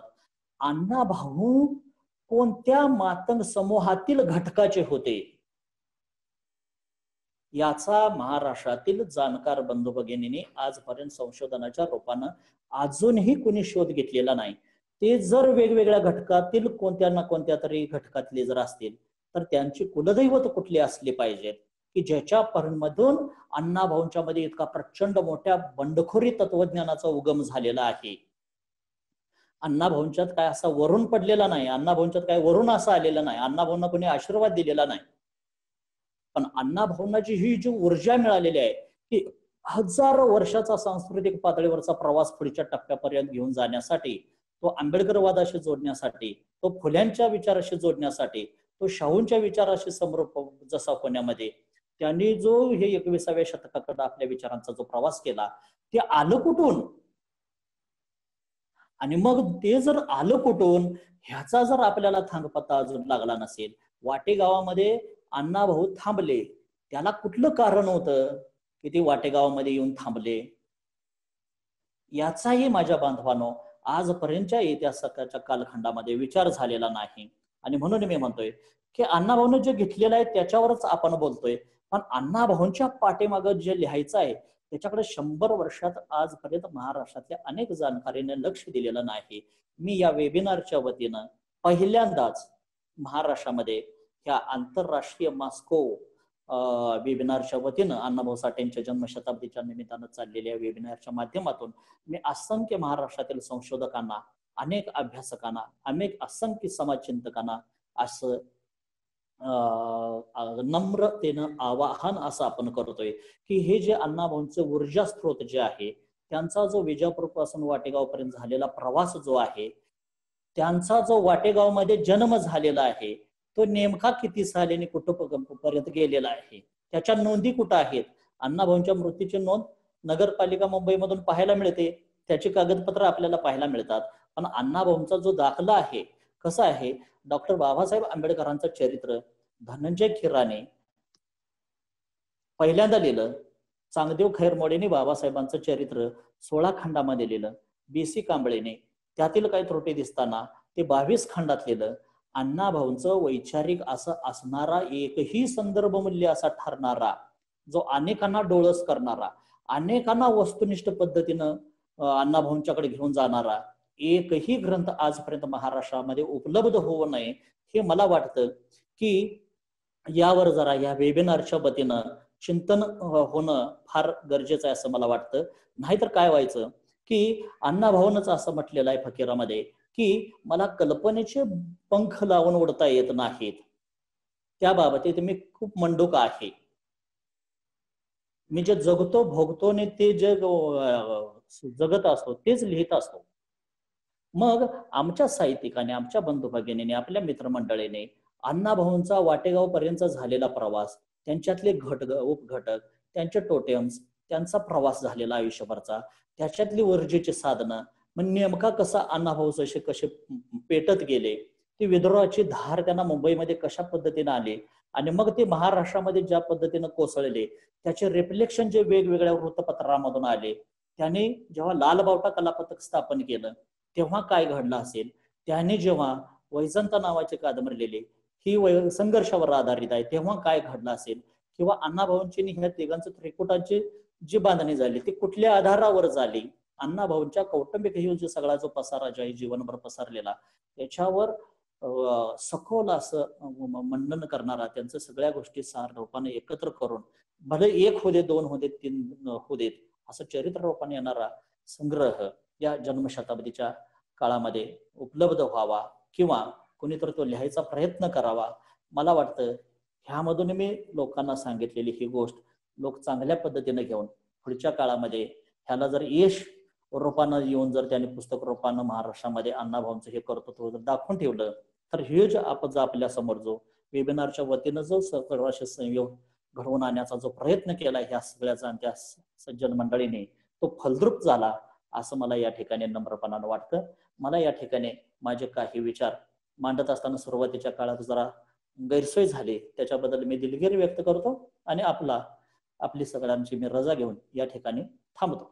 गडाच्या रखवालीसाठी किंवा जे गावगाड्यामध्ये 18 पगड जाती होत्या, यामध्ये तेली, तांबोळी, कोळी, काष्टी ह्या सर्व 18 पगड जातींच्या मध्येच रामोशी सुद्धा एक आलुतेदार म्हणून ओळखले जात होते. तर ह्या रामोशांच्याकडे त्या कालखंडामध्ये जागल्यांची कामं होती आणि राजे छत्रपती शिवाजी महाराज यांनी या रामोशांच्या अंगी असणाऱ्या गुणांची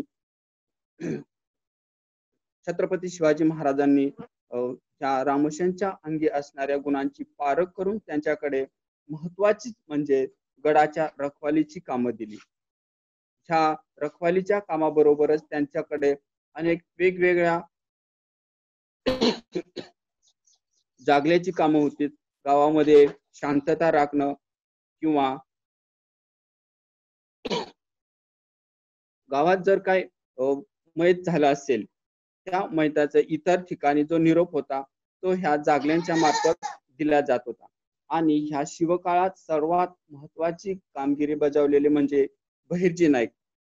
तर ह्या बहिर्जी नाईक हे छत्रपती शिवाजी महाराजांच्या जे हेर खातं होतं त्या हेर खात्याचे प्रमुख होते आणि ह्या बहिर्जी नायकांचा म्हणावा तेवढा इतिहास आजही उजेडात आलेला नाही. तर हे जे रामोशी समाज होता, ह्या रामोशी समाजाचा छत्रपती शिवाजी महाराजांनी उपयोग करून घेतला.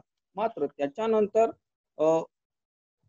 जे मराठा साम्राज्याचं सत्तांतर झालं आणि सत्तांतर झाल्यानंतर संपूर्ण मराठा साम्राज्याची जी सूत्र होती ती पेशव्यांच्याकडे गेली आणि पेशव्यांच्या काळामध्येही त्या समाजाची जी असणारी वतन होती, रखवालदारीची कामं होती, ती कामं त्याच पद्धतीनं चालत आलेली होती, वंश परंपरेनं चालत आलेली होती.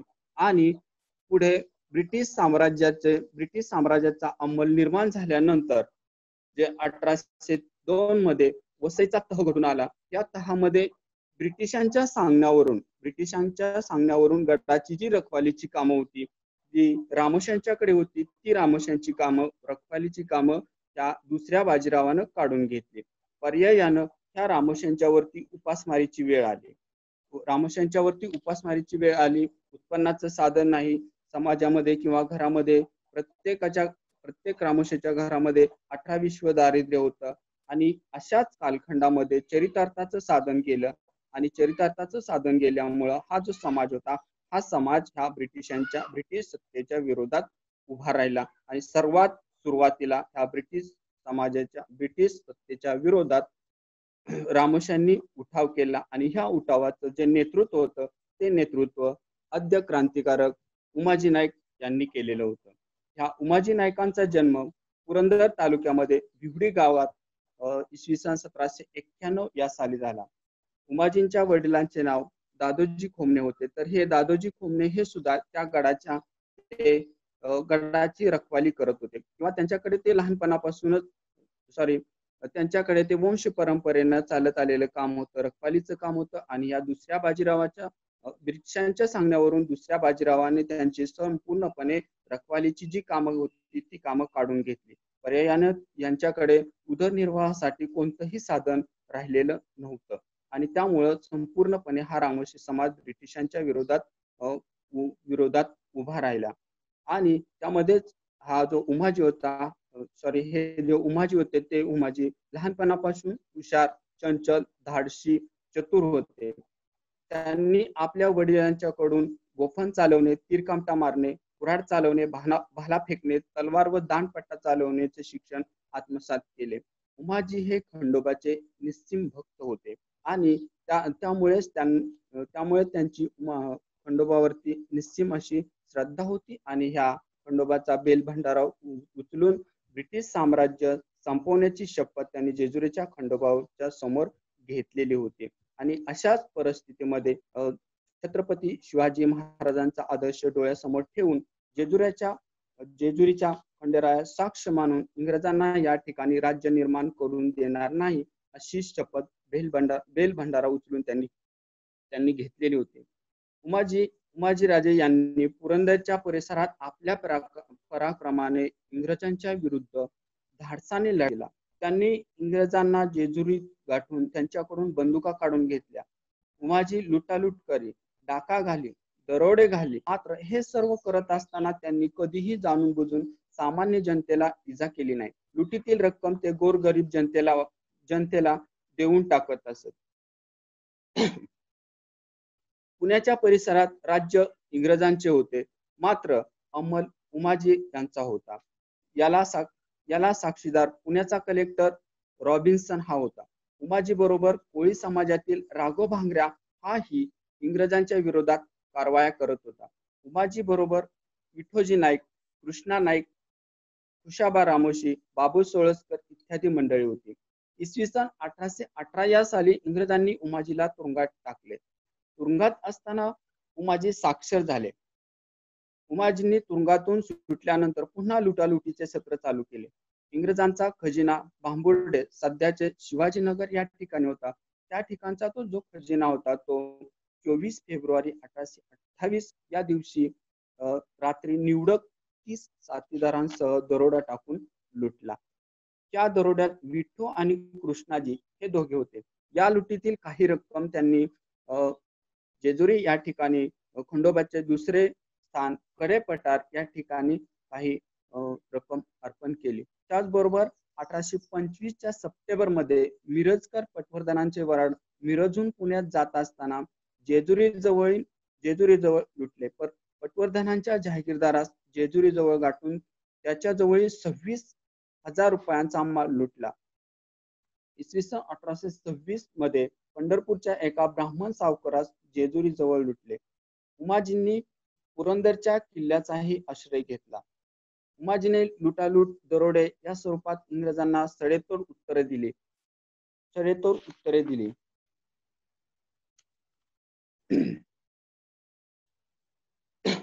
की अशा स्वरूपाची हजारो बंडे सातपुडापासून सह्याद्रीपर्यंत उठतील. उमाजींचा पाठलाग करणारा इंग्रज अधिकारी बोईड याने मांढरदेवीच्या तुरुंगात गाठून बंदुका, गोफन यांच्या साह्याने माघार घेण्यास भाग पाडले. उमाजीने जनतेला विश्वासात घेतले होते. जनता उमाजी संपूर्णपणे सहाय्य करत होती. कारण जनतेला उमाजी राजे कधीही त्रास देत नव्हते. उमाजींनी सरकार विरुद्ध जाहीरनामा काढून जनतेस आव्हान केले आणि या जाहीरनाम्यानुसार जो महसूल आहे तो महसूल ब्रिटिशांना न देता त्यांनी जे राज्य स्थापन केलेलं आहे त्या राज्यामध्ये जमा करावा आणि जर जमा नाही केला तर त्यासाठी संपूर्णपणे अधिकारी जबाबदार राहतील असा त्यांनी जाहीरनामा काढलेला होता.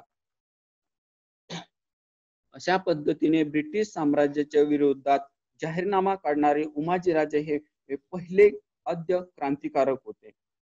त्यांनी जनतेला आव्हान केलं, इंग्रजांच्या ज्या नोकऱ्या होत्या त्या नोकऱ्या जनतेने सोडून द्याव्यात. जनतेने एकत्र येऊन एकाच वेळी सर्वत्र ब्रिटिशांच्या विरुद्ध उठाव करावेत, अराजकता माजवावी, ब्रिटिशांचे खजिने लुटावेत, शेतसारा इंग्रजांना देऊ नये. या जाहीरनाम्यानुसार असेही घोषित केले की इंग्रजांची राजवट लवकरच संपुष्टात येईल. हा जाहीरनामा मॅकिंटश याने इंग्रजी भाषेत भाषांतर केला आणि 1857च्या उठावाच्या पूर्वीही अशा पद्धतीने ब्रिटिशांच्या विरोधात सडेतोडपणे जाहीरनामा काढून जाहीर करून राजे उमाजी नाईक यांनी ब्रिटिश साम्राज्याला शह दिलेला होता. उमाजींनी कोल्हापूरचे छत्रपती आणि गुलाब्याचे आंग्रे यांच्याशीही संधान बांधले होते. उमाजी आता चोर दरोडेकर राहिले नव्हते. ते आता स्वतंत्र दरबार भरवत होते. जमलेल्या सैनिकांना, क्रांतिकारकांना इंग्रजांच्या विरोधातील कारवाया विशेष मार्गदर्शन करत होते.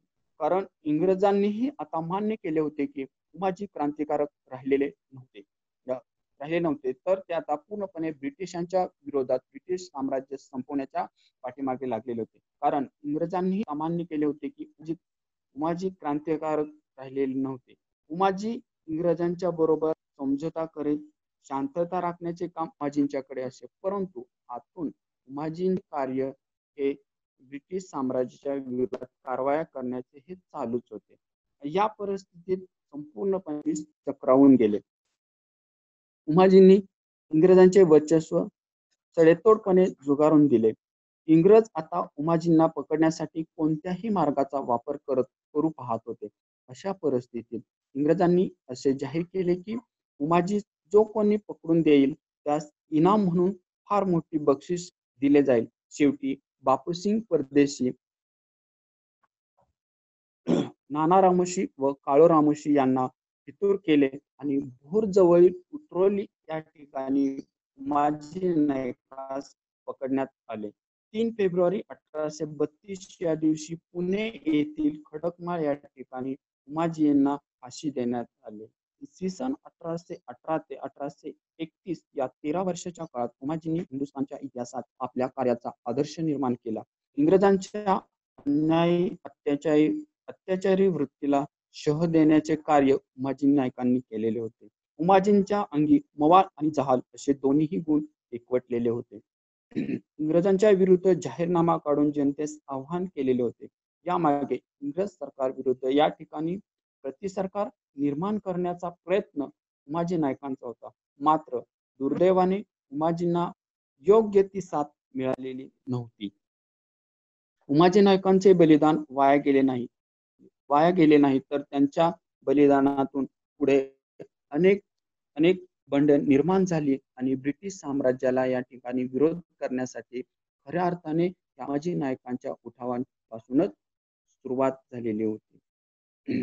अशा रीतीने या ठिकाणी उमाजी नायकांच्या बद्दलचे जे काय माझे विचार आहेत, जे काय मला माहिती उपलब्ध झालेली, जे काही मला साधने मिळाली, त्याच्यामधून मी आपणा सर्वांच्या समोर माहिती मांडण्याचा प्रयत्न केलेला आहे. तर या ठिकाणी मला माझे विचार व्यक्त करण्यासाठी आपण संयोजकांनी, विशेष करून अवघडे सर यांनी मला संधी दिली, त्याबद्दल मी आपणा सर्वांचे या ठिकाणी आभार मानतो आणि मी या ठिकाणी थांबतो. धन्यवाद जाधव सर, धन्यवाद.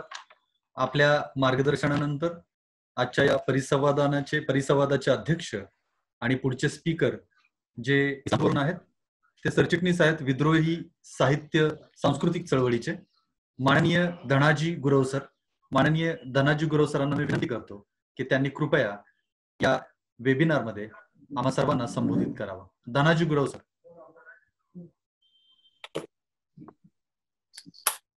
ऐकू येते काय बघा?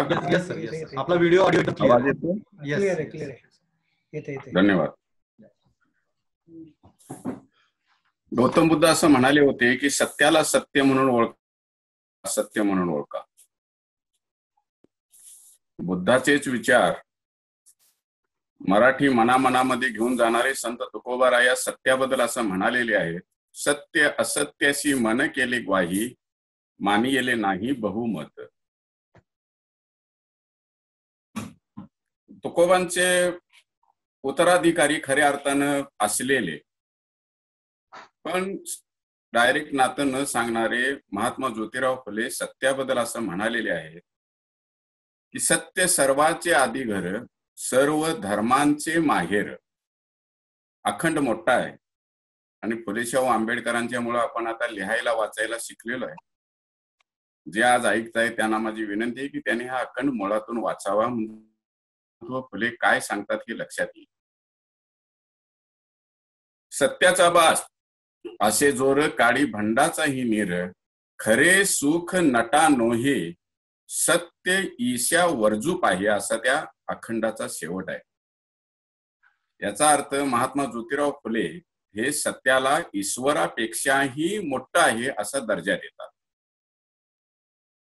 महात्मा ज्योतिराव फुल्यांना आपले गुरु मानणारे डॉक्टर बाबासाहेब आंबेडकर सत्याबद्दल बोलताना असं म्हणालेले आहेत, सत्य म्हणजे धम्म, धम्म म्हणजे सत्य, सत्य सत्य केवळ सत्य. सत्याचा आग्रह धरताना मी दुसरं एक प्रस्तावनेतच मत मांडू इच्छितो. माणसांची शरीर पुरोगामी किंवा माणसांचे विचार पुरोगामी किंवा प्रतिगामी असतात, माणसांचे व्यवहार पुरोगामी किंवा प्रतिगामी असतात. त्यामुळं आपण माणसांचे विचार यांना महत्व देतो. बुद्धांना असं सांगितलेलं आहे की माणूस म्हणजे फक्त शरीर नव्हे, माणूस म्हणजे माणसाचे विचार, माणसाचे व्यवहार आणि या सगळ्याला व्यक्तिमत्व उभा राहतं, त्याला माणूस म्हणतो. असं असेल तर माणसाचे विचार बदलता येतात हेही बुद्धानं सांगितलं. म्हणून माणसं बदलता येतात याच्यावर आमचा सगळ्यांचा विश्वास आहे. त्यामुळे आम्ही माणसं मारण्याऐवजी माणसं बदलण्याला जास्त महत्व देतो. आमची परंपरा ही माणसं जगवण्याची परंपरा आहे. आमची परंपरा ही माणसं बदलण्याची. हे लक्षात घेऊनच मी आजच्या आणि यानंतरच्या मांडणीला सुरुवात करणार आहे. मी संयोजकांचे आभार मानतो की त्यांनी हे काम अंगावर घेतलं आणि ते कडेला नेण्याच्या दृष्टीनं त्यांनी सगळं नियोजन केलेलं आहे, प्रयत्न चालू केलेले आहेत. हे काम सोपं नाही याची पण मला जाणीव आहे, एक कार्यकर्ता म्हणून, एक संयोजक म्हणून. तरी सुद्धा आज विषय निवडताना सुद्धा त्यांनी जी काळजी घेतलेली आहे ती सुद्धा मला फार चांगली वाटली. माणसं जात जाणीवेच्या मर्यादा तोडण्याच्या भानगडीत पडत नाही. जात जाणीवा इतक्या स्ट्रॉंग झालेल्या असतात की त्यांना दुसरं काही सुचत नाही. पण यावेळी निवड करताना सुद्धा संयोजकांनी आपल्या जात जाणीवा दाबून, जाणीवांना महत्व देऊन विषयाची निवड केली. याबद्दल सुद्धा मी संयोजकांचे आभार मानतो. हे जे नायक, राबणाऱ्या बहुजन समाजाचे नायक आहेत, उमाजी नाईक, लहुजी साळवे, राघोजी भांगरे, फकीरा, हे राबणारे बहुजन समाज. आणि ह्या नायकांच्या व्यक्तिमत्वाचा विकास, त्यांचे संघर्ष, त्यांची संघर्षाची पद्धत ही जरी वेगवेगळी असली तरी त्यांच्यामध्ये जे साम्य आहे ते पण आपण लक्षात ठेवलं पाहिजे. आणि मी त्याच्यावर जास्त भर देणार आहे. माझ्या अगोदरचे माझे सहकारी वडराळे सर असतील, बिरंजे सर असतील, जाधव सर असतील, यांनी जी मांडणी केली त्यांनी ही व्यक्तिमत्व चारी बाजूनं मांडण्याचा प्रयत्न केलेला आहे. अर्थात दोघांच्या तिघांच्या मध्ये आणखी काही वक्ते जर याच नायकांच्या बद्दल बोलायला उभे राहिले तर नवे नवं दृष्टिकोन, नवं साहित्य हे पुढे येईल. याचं कारण आम्ही आमच्या नायकांच्या बद्दल अभ्यास केलेला नाही. सर म्हणाले ते खरं आहे की अण्णाभाऊंच्या बद्दल तरी आम्ही अभ्यास केलेला आहे का? हा प्रश्न खरं तर सुशिक्षित असलेल्या प्रत्येक शूद्रानं आपल्या मनाला विचारला पाहिजे. आम्ही दोष देत आलेलो आहोत, त्यांनी आमच्यासाठी असं केलं नाही, त्यांनी आमचा इतिहास लिहिला नाही, त्यांनी आमचा इतिहास दडवून ठेवला. माझा असं आंबेडकर होऊन गेल्यानंतर आणि महाराष्ट्रामध्ये संत गाडगे महाराज, भाऊराव पाटील, पंजाबराव देशमुख अशी माणसं होऊन गेल्यानंतर आणि एक पिढीच्या पिढी सुशिक्षित झाल्यानंतर सुद्धा जर आपण हेच दूषणं देत राहणार असलो आणि स्वतः जबाबदारी घेऊन अभ्यासच करणार नसलो तर आमच्यासारखे करंटे आम्हीच ठरू. माझं म्हणणं की आज या परिसंवादाच्या निमित्तानं ज्या पद्धतीनं इतिहासाच्या एका तुकड्याला हात घालण्याचा प्रयत्न संयोजकांनी केलेला आहे तो खरोखरच अभिनंदनास्पद आहे. ही माणसं सह्याद्री आणि सातपुड्याच्या परिसराशी संबंधित आहे. मी आणखीन 2 माणसं याच्यासोबत जोडायला पाहिजेत असं संयोजकांना मी नक्की म्हणालो असतो जर विषयाच्या चर्चा झाली असती. अशाच प्रकारचं जीवन जगलेले 2 नेते, एक सांगली जिल्ह्यातल्या जत मतदार सिंदूर गावचा सिंदूर लक्ष्मण, अस्पृश्य समाजात जन्माला आलेला माणूस, इंग्रजांच्या विरोधामध्ये लढत लढत मेला. आणि दुसरा धनगर समाजातला नेता संगोळी रायण्णा, ज्यांना फाशी दिलं इंग्रजांनी आणि त्यांचं प्रेत 7 दिवस खानापूरमध्ये, बेळगाव जिल्ह्यामध्ये वडाच्या झाडाला टांगून ठेवलं. म्हणजे ह्या सगळ्या माणसांच्या मध्ये इतकं साम्य आहे की ही सगळी माणसं, आमची राबणाऱ्या बहुजन समाजाची माणसं, ही स्वाभिमानानं जगली, स्वाभिमानानं लढली आणि स्वाभिमानानंच मेली. हा पुन्हा पुन्हा सांगण्यासाठी आपण इथून पुढच्या काळामध्ये तयारी करणं आवश्यक आहे. हा सुरुवातीला एक मुद्दा मला महत्वाचा वाटता म्हणून मी तुमच्यासमोर तो मांडला. ही माणसं वेगवेगळ्या पद्धतीनं वेगवेगळ्या परिसरामध्ये लढलेली आहे. याच्यामधले अगदीच सुरुवातीला जे राघोजी भांगरे माहिती चांगली सांगितली गेलेली आहे, पण आदिवासी भागामध्ये ज्या महादेव कोळी समाजातून राघोजी भांगरे येतात, त्या समाजामध्ये सुद्धा आता प्रचंड प्रमाणामध्ये जागृती झालेली आहे आणि त्यांनी बऱ्यापैकी पुस्तकं त्यांची माहिती देणारी लिहिलेली आहेत आणि चळवळीच्या वतीनं नजीकच्या काळामध्ये त्यांच्यावर एक चांगलं सविस्तर पुस्तक तयार होऊ लागलेलं आहे. डॉक्टर जालिंदर घिगे असतील, स्वप्नील धांडे असतील, रवी भांगरे असतील, जे त्या परिसरातलेच आहेत आणि महादेव कोळी समाजाशी आपली नाळ जुळून आहेत, त्यांनी ह्या जबाबदाऱ्या घेतलेल्या आहेत आणि ते चांगलं पुस्तक येईल. वैशिष्ट्य काय आहे राघोजी भांगरेच? राज्यकर्ते होते. उमाजी नाईक आणि राघोजी भांगरे आणि संगोळी रायण्णा यांच्या बाबतीमधलं हे वैशिष्ट्य आहे. ते राज्यकर्ते होते. इंग्रजांनी त्यांचं राज्य खालसाय. पेशव्यांच्या विरोधामध्ये सुद्धा लढून ते सरदार, म्हणजे राघोजीचे वडील, राघोजी भांगरेंचे वडील हे सरदार होते आणि त्यांच्याकडे रतनगड हा किल्ला होता, हे आपण लक्षात ठेवलं. त्यानंतर त्यांना खालसा केल्यानंतर नोकरीची ऑफर दिली गेली, त्यावेळी त्यांनी सुद्धा मी फौजदार होऊ शकतो असं त्यांना सांगितलं होतं. पण फौजदार त्यांनी त्यांच्या जवळच्या गावातल्या कुलकर्ण्याला केला इंग्रजांनी. राघोजी भांगरेंना कुवत असताना आणि क्वालिफिकेशन असताना सुद्धा फौजदार केला नाही, कारण ते आदिवासी होते आणि जुने.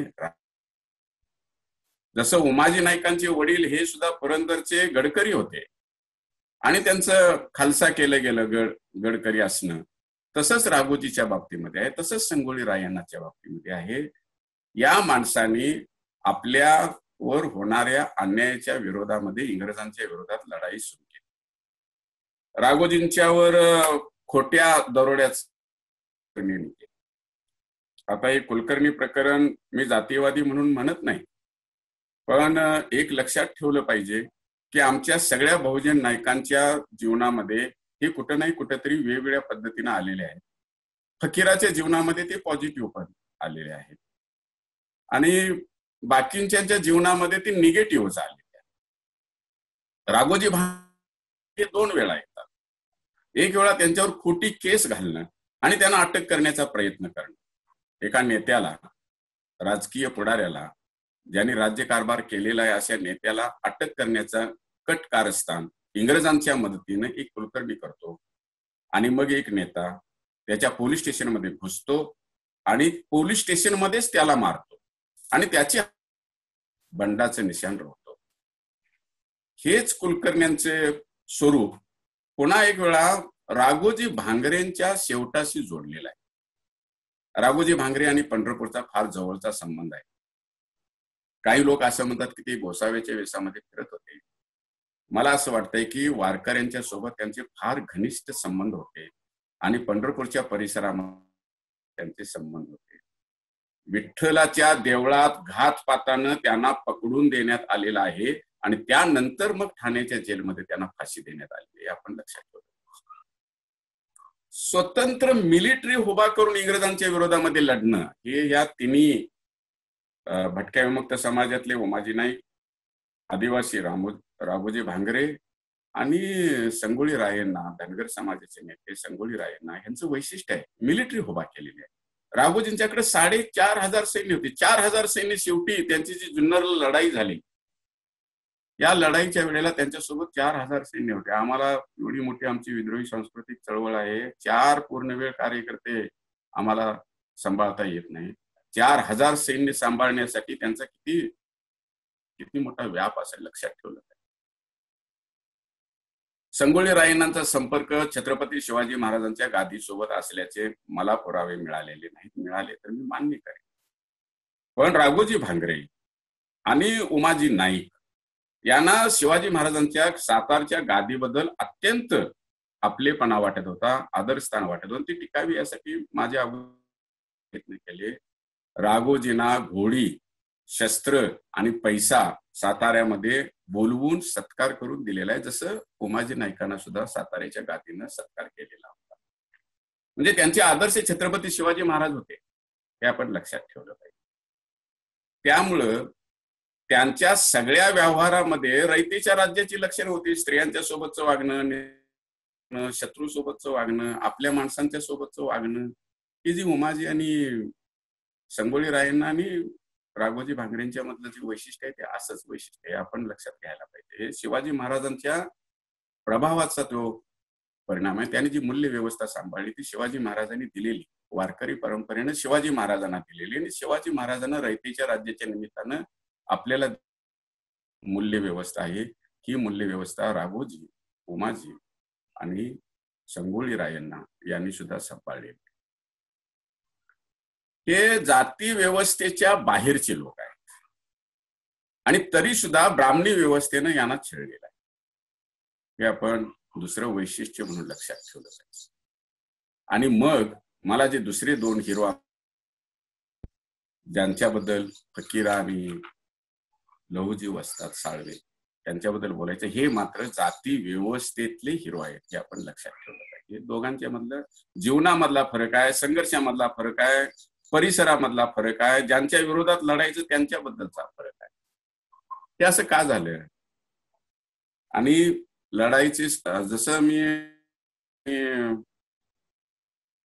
राघोजी भांगरे आणि संगोळी रायण्णा यांच्याबद्दल जाती व्यवस्थेच्या बाहेरचे हिरो म्हणून बघतो, तसं जाती व्यवस्थेतल्या हिरोंच्या मध्ये एक ऍडिशन सांगली जिल्ह्यातल्या जतचे सिंदूर लक्ष्मण यांचे आहे, ते पण जाती व्यवस्थेतले आहे. या दोघा समूहांच्या हिरोंच्या लढाईमध्ये फरक आहे, आपण तो लक्षात ठेवलं पाहिजे. पहिल्या लढाईचं स्वरूप हे इंग्रजांच्या विरोधातलं आहे, जेव्हा ईस्ट इंडिया कंपनीचं राज्य होतं त्यांच्या विरोधातलं आहे. पण त्यानंतर ते स्वरूप बदललं आणि 1857 साली राणीचं राज्य आलं, म्हणजेच लोकशाही मानणाऱ्या इंग्लंडच्या पार्लमेंटचं राज्य आलं. आणि 1857च्या बंडानंतर या देशातल्या संस्थानिकांना, राजांना आणि उच्च जातीयांना चुचकारायचा प्रयत्न पार्लमेंटने केला, इंग्लिश राज्यकर्त्यांनी केला. त्यामुळं मनुस्मृतीचा प्रभाव आपल्या देशातला वाढला आणि जातीचे अत्याचार हे सुद्धा वाढत गेलेले आहेत.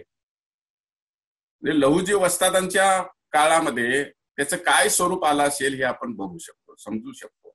आणि फकीराच्या काळामध्ये, राणोजी फकीराच्या वेळेला आणि सिंदूर लक्ष्मणच्या वेळेला ही जाती व्यवस्था पक्की झालेली आहे. आणि ती लिंगायतांच्या मध्ये सुद्धा बसवण्णांच्या विचाराच्या विरोधी असताना सुद्धा उतरलेले हे सिंदूर लक्ष्मणच्या संघर्षावर आपल्या लक्षात. म्हणजे एका बाजूला इंग्रजांच्या विरोधात लढणं आणि दुसऱ्या बाजूला स्थानिक पातळीवरचे सरंजामदार, राजे, सेठ, सावकार यांच्या विरोधामध्ये लढणं, हे जाती व्यवस्थेत लढणारे आमच्या हिरोंची डबल जबाबदारी आलेली आहे त्यांच्यावर. ही फक्त इंग्रजांच्या विरोधामध्ये लढण्याची जबाबदारी नाही.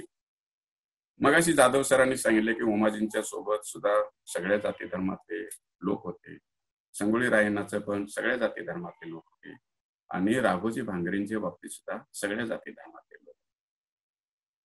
पण फकीराला अण्णाभाऊ मिळाले आणि फकीरा हा सगळ्या जगाच्या समोर आला, एक नेता म्हणून आला, एक हिरो म्हणून. असे अण्णाभाऊ इतरांच्या बाबतीत मिळाले नाहीत.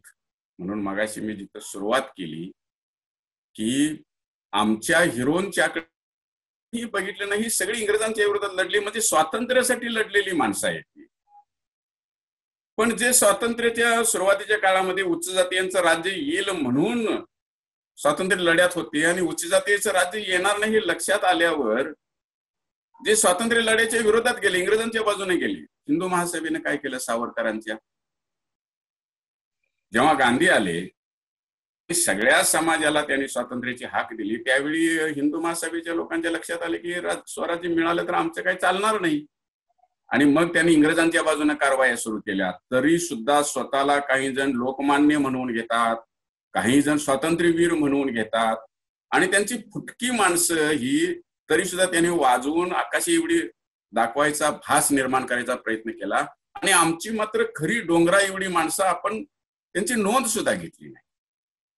म्हणून फकीराची मांडणी कादंबरीच्या स्वरूपात जरी आलेली असली तरी अण्णाभाऊंनी फकीराला सगळ्या जगासमोर आणला हे साधं काम नाही, हे आपण लक्षात ठेवलं पाहिजे.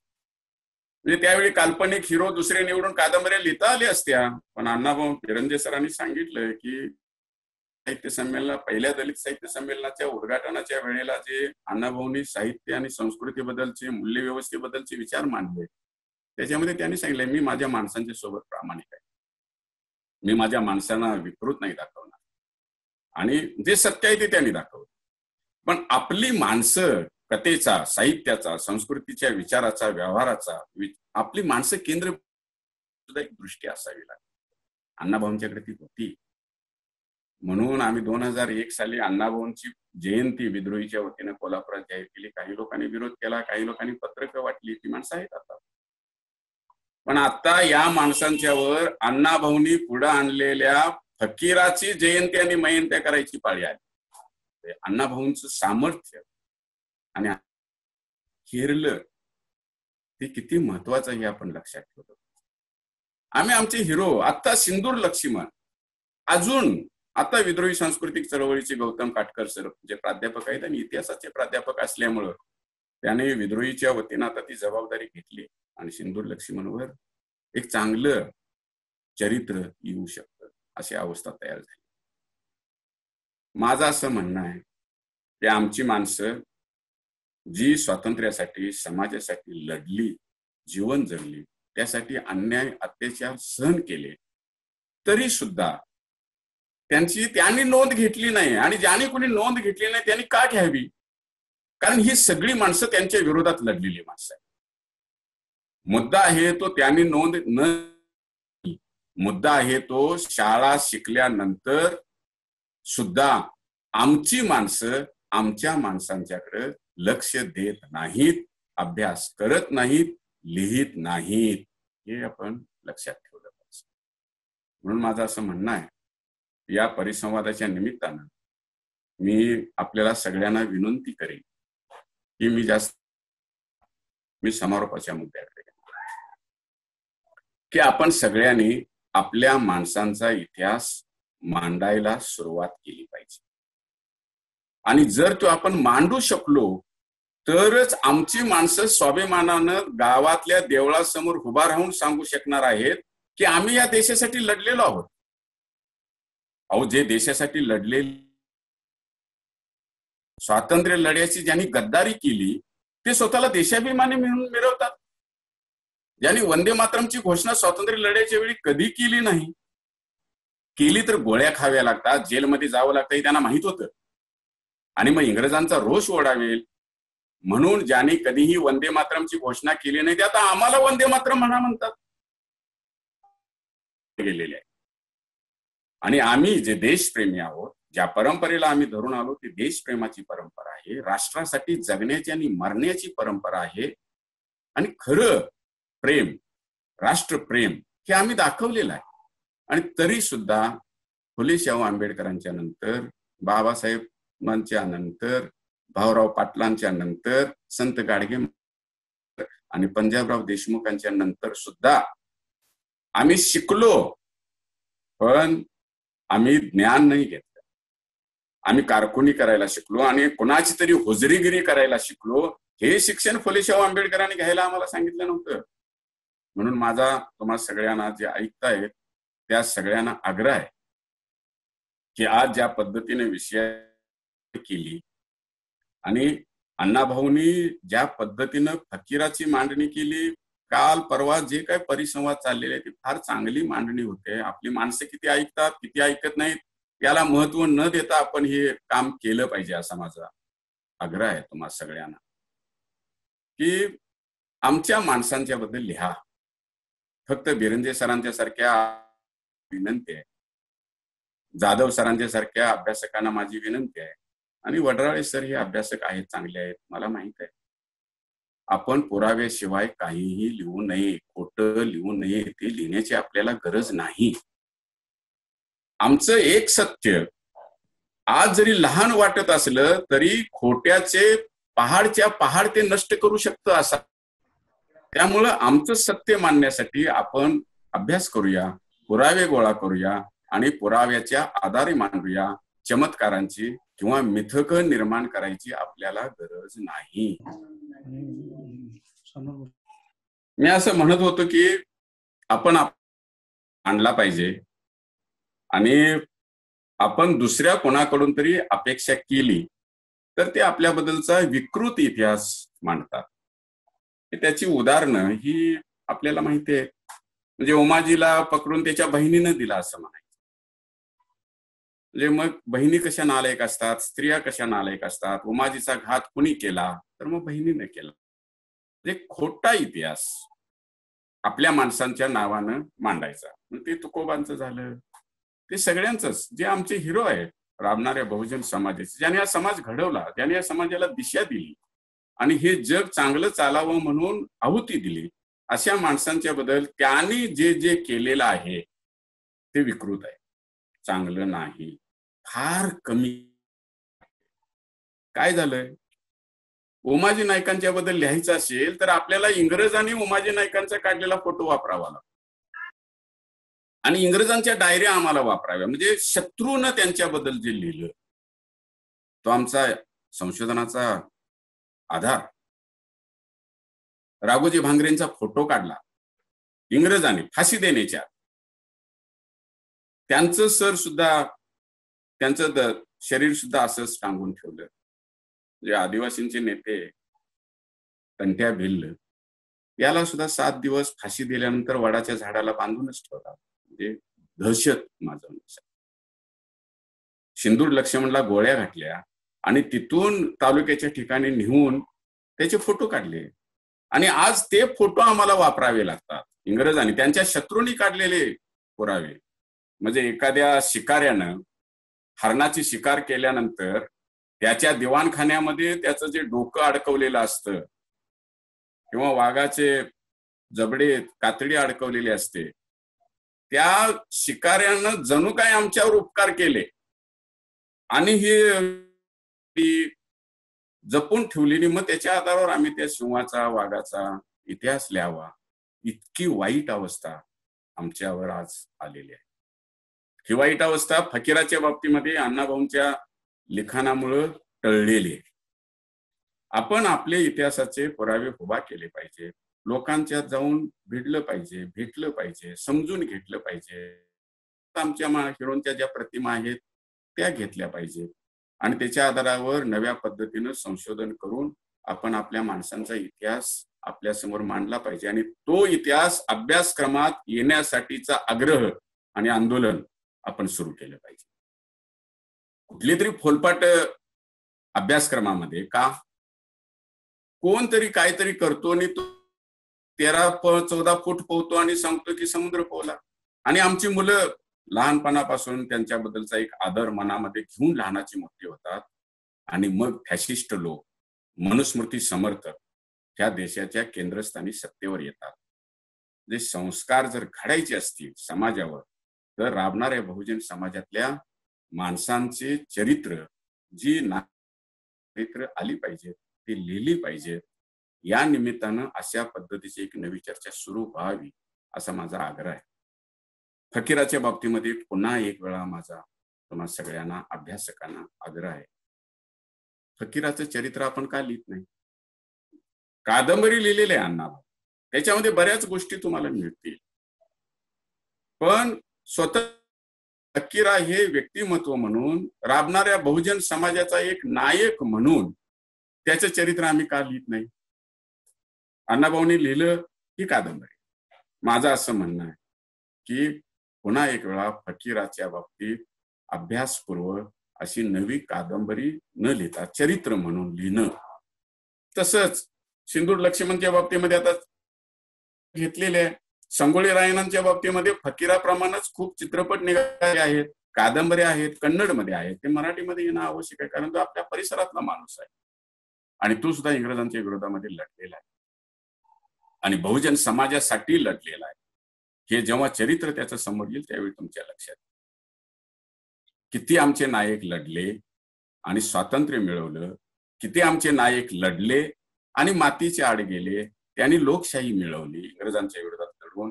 किती आमचे नायक लढले आणि त्यांनी हे संविधान मिळवलं आणि आज स्वातंत्र्य देश, राष्ट्र, लोकशाही, संविधान यांच्या विरोधातले लोक सत्तेवर येत आहेत. याचं कारण त्यांची काही कुवत आहे किंवा त्यांच्याकडे काहीतरी नवीन शक्ती आहे असं नाही. आम्ही संघटितपणे सामुदायिक पद्धतीने विचार करून त्यांच्या विरोधामध्ये किंवा सत्य सांगण्याचा कधीच प्रयत्न केलेला नाही. आणि तरी सुद्धा आपल्याला असं वाटतं की आपल्या वतीनं कोणीतरी दुसऱ्यांनी सत्य सांगावं आणि आम्हाला ऐकतं सत्य मिळावं, असं काहीही होत नसतं. हे आपण फुले शाहू आंबेडकरांच्याकडून शिकलं पाहिजे, अण्णाभाऊंच्याकडून शिकलं पाहिजे. आणि पुन्हा एक वेळा अण्णाभाऊंनी जाऊन आपल्या हिरोना उजागर केलं पाहिजे, सगळ्या जगासमोर मांडलं पाहिजे. खोटे हिरो उभा करायची आपल्याला गरज नाही. आमच्याकडं भव्य परंपरा आहे.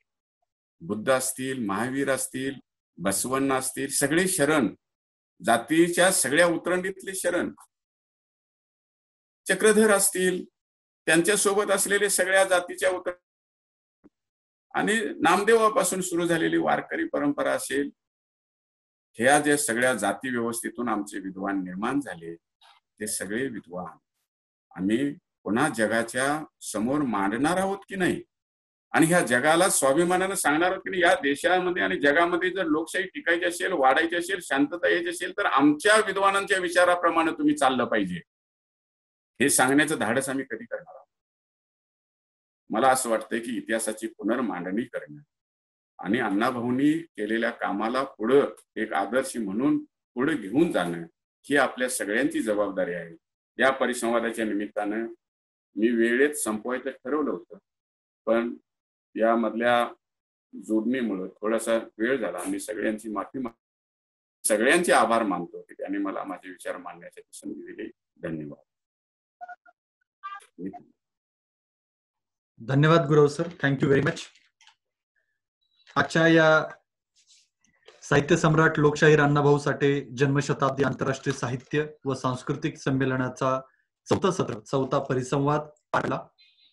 या परिसंवादाचे सर्व स्पीकर्स आणि या परिसंवादासाठी उपस्थित असलेल्या आपल्या सर्वांचं हार्दिक स्वागत आणि आपल्या सर्वांचे धन्यवाद. आजच्या या चौथ्या परिसंवादानंतर उद्या या साहित्य संमेलनाचं 5वा परिसंवाद पार पडणार आहे. उद्या संध्याकाळी ठीक 4 वाजता हा परिसंवाद सुरू होईल. उद्याच्या परिसंवादाचा विषय आहे कोविड-19 च्या महामारी संकटाला आता तोंड कसे द्यावयाचे आणि असंघटित कष्टकरी मजूर स्त्रिया यांची आतडं पिळवटून टाकण्याची ही कोरोनापेक्षाही महाभयंकर संकट. हिंदीमध्येच याचं भाषांतर कोविड-19 के संकट से कैसे निपटे और असंगठित दलितों, मेहनतकश मजदूर, महिलाओं की दिल दहलाने वाली मुसीबत कोरोना से बड़ा संकट.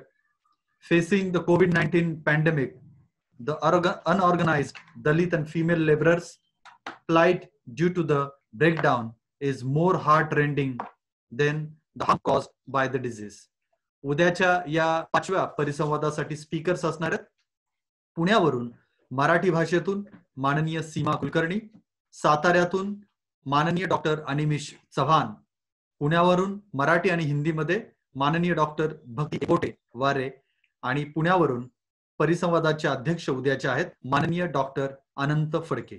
आपण या आजच्या परिसंवादामध्ये सहभागी झालात. सर्व मान्यवरांनी त्यांचं आम्हाला सर्वांना संबोधित केलं, याबद्दल आपल्या सर्वांचं धन्यवाद. आपण पुन्हा भेटू उद्या सायंकाळी ठीक 4 वाजता. धन्यवाद.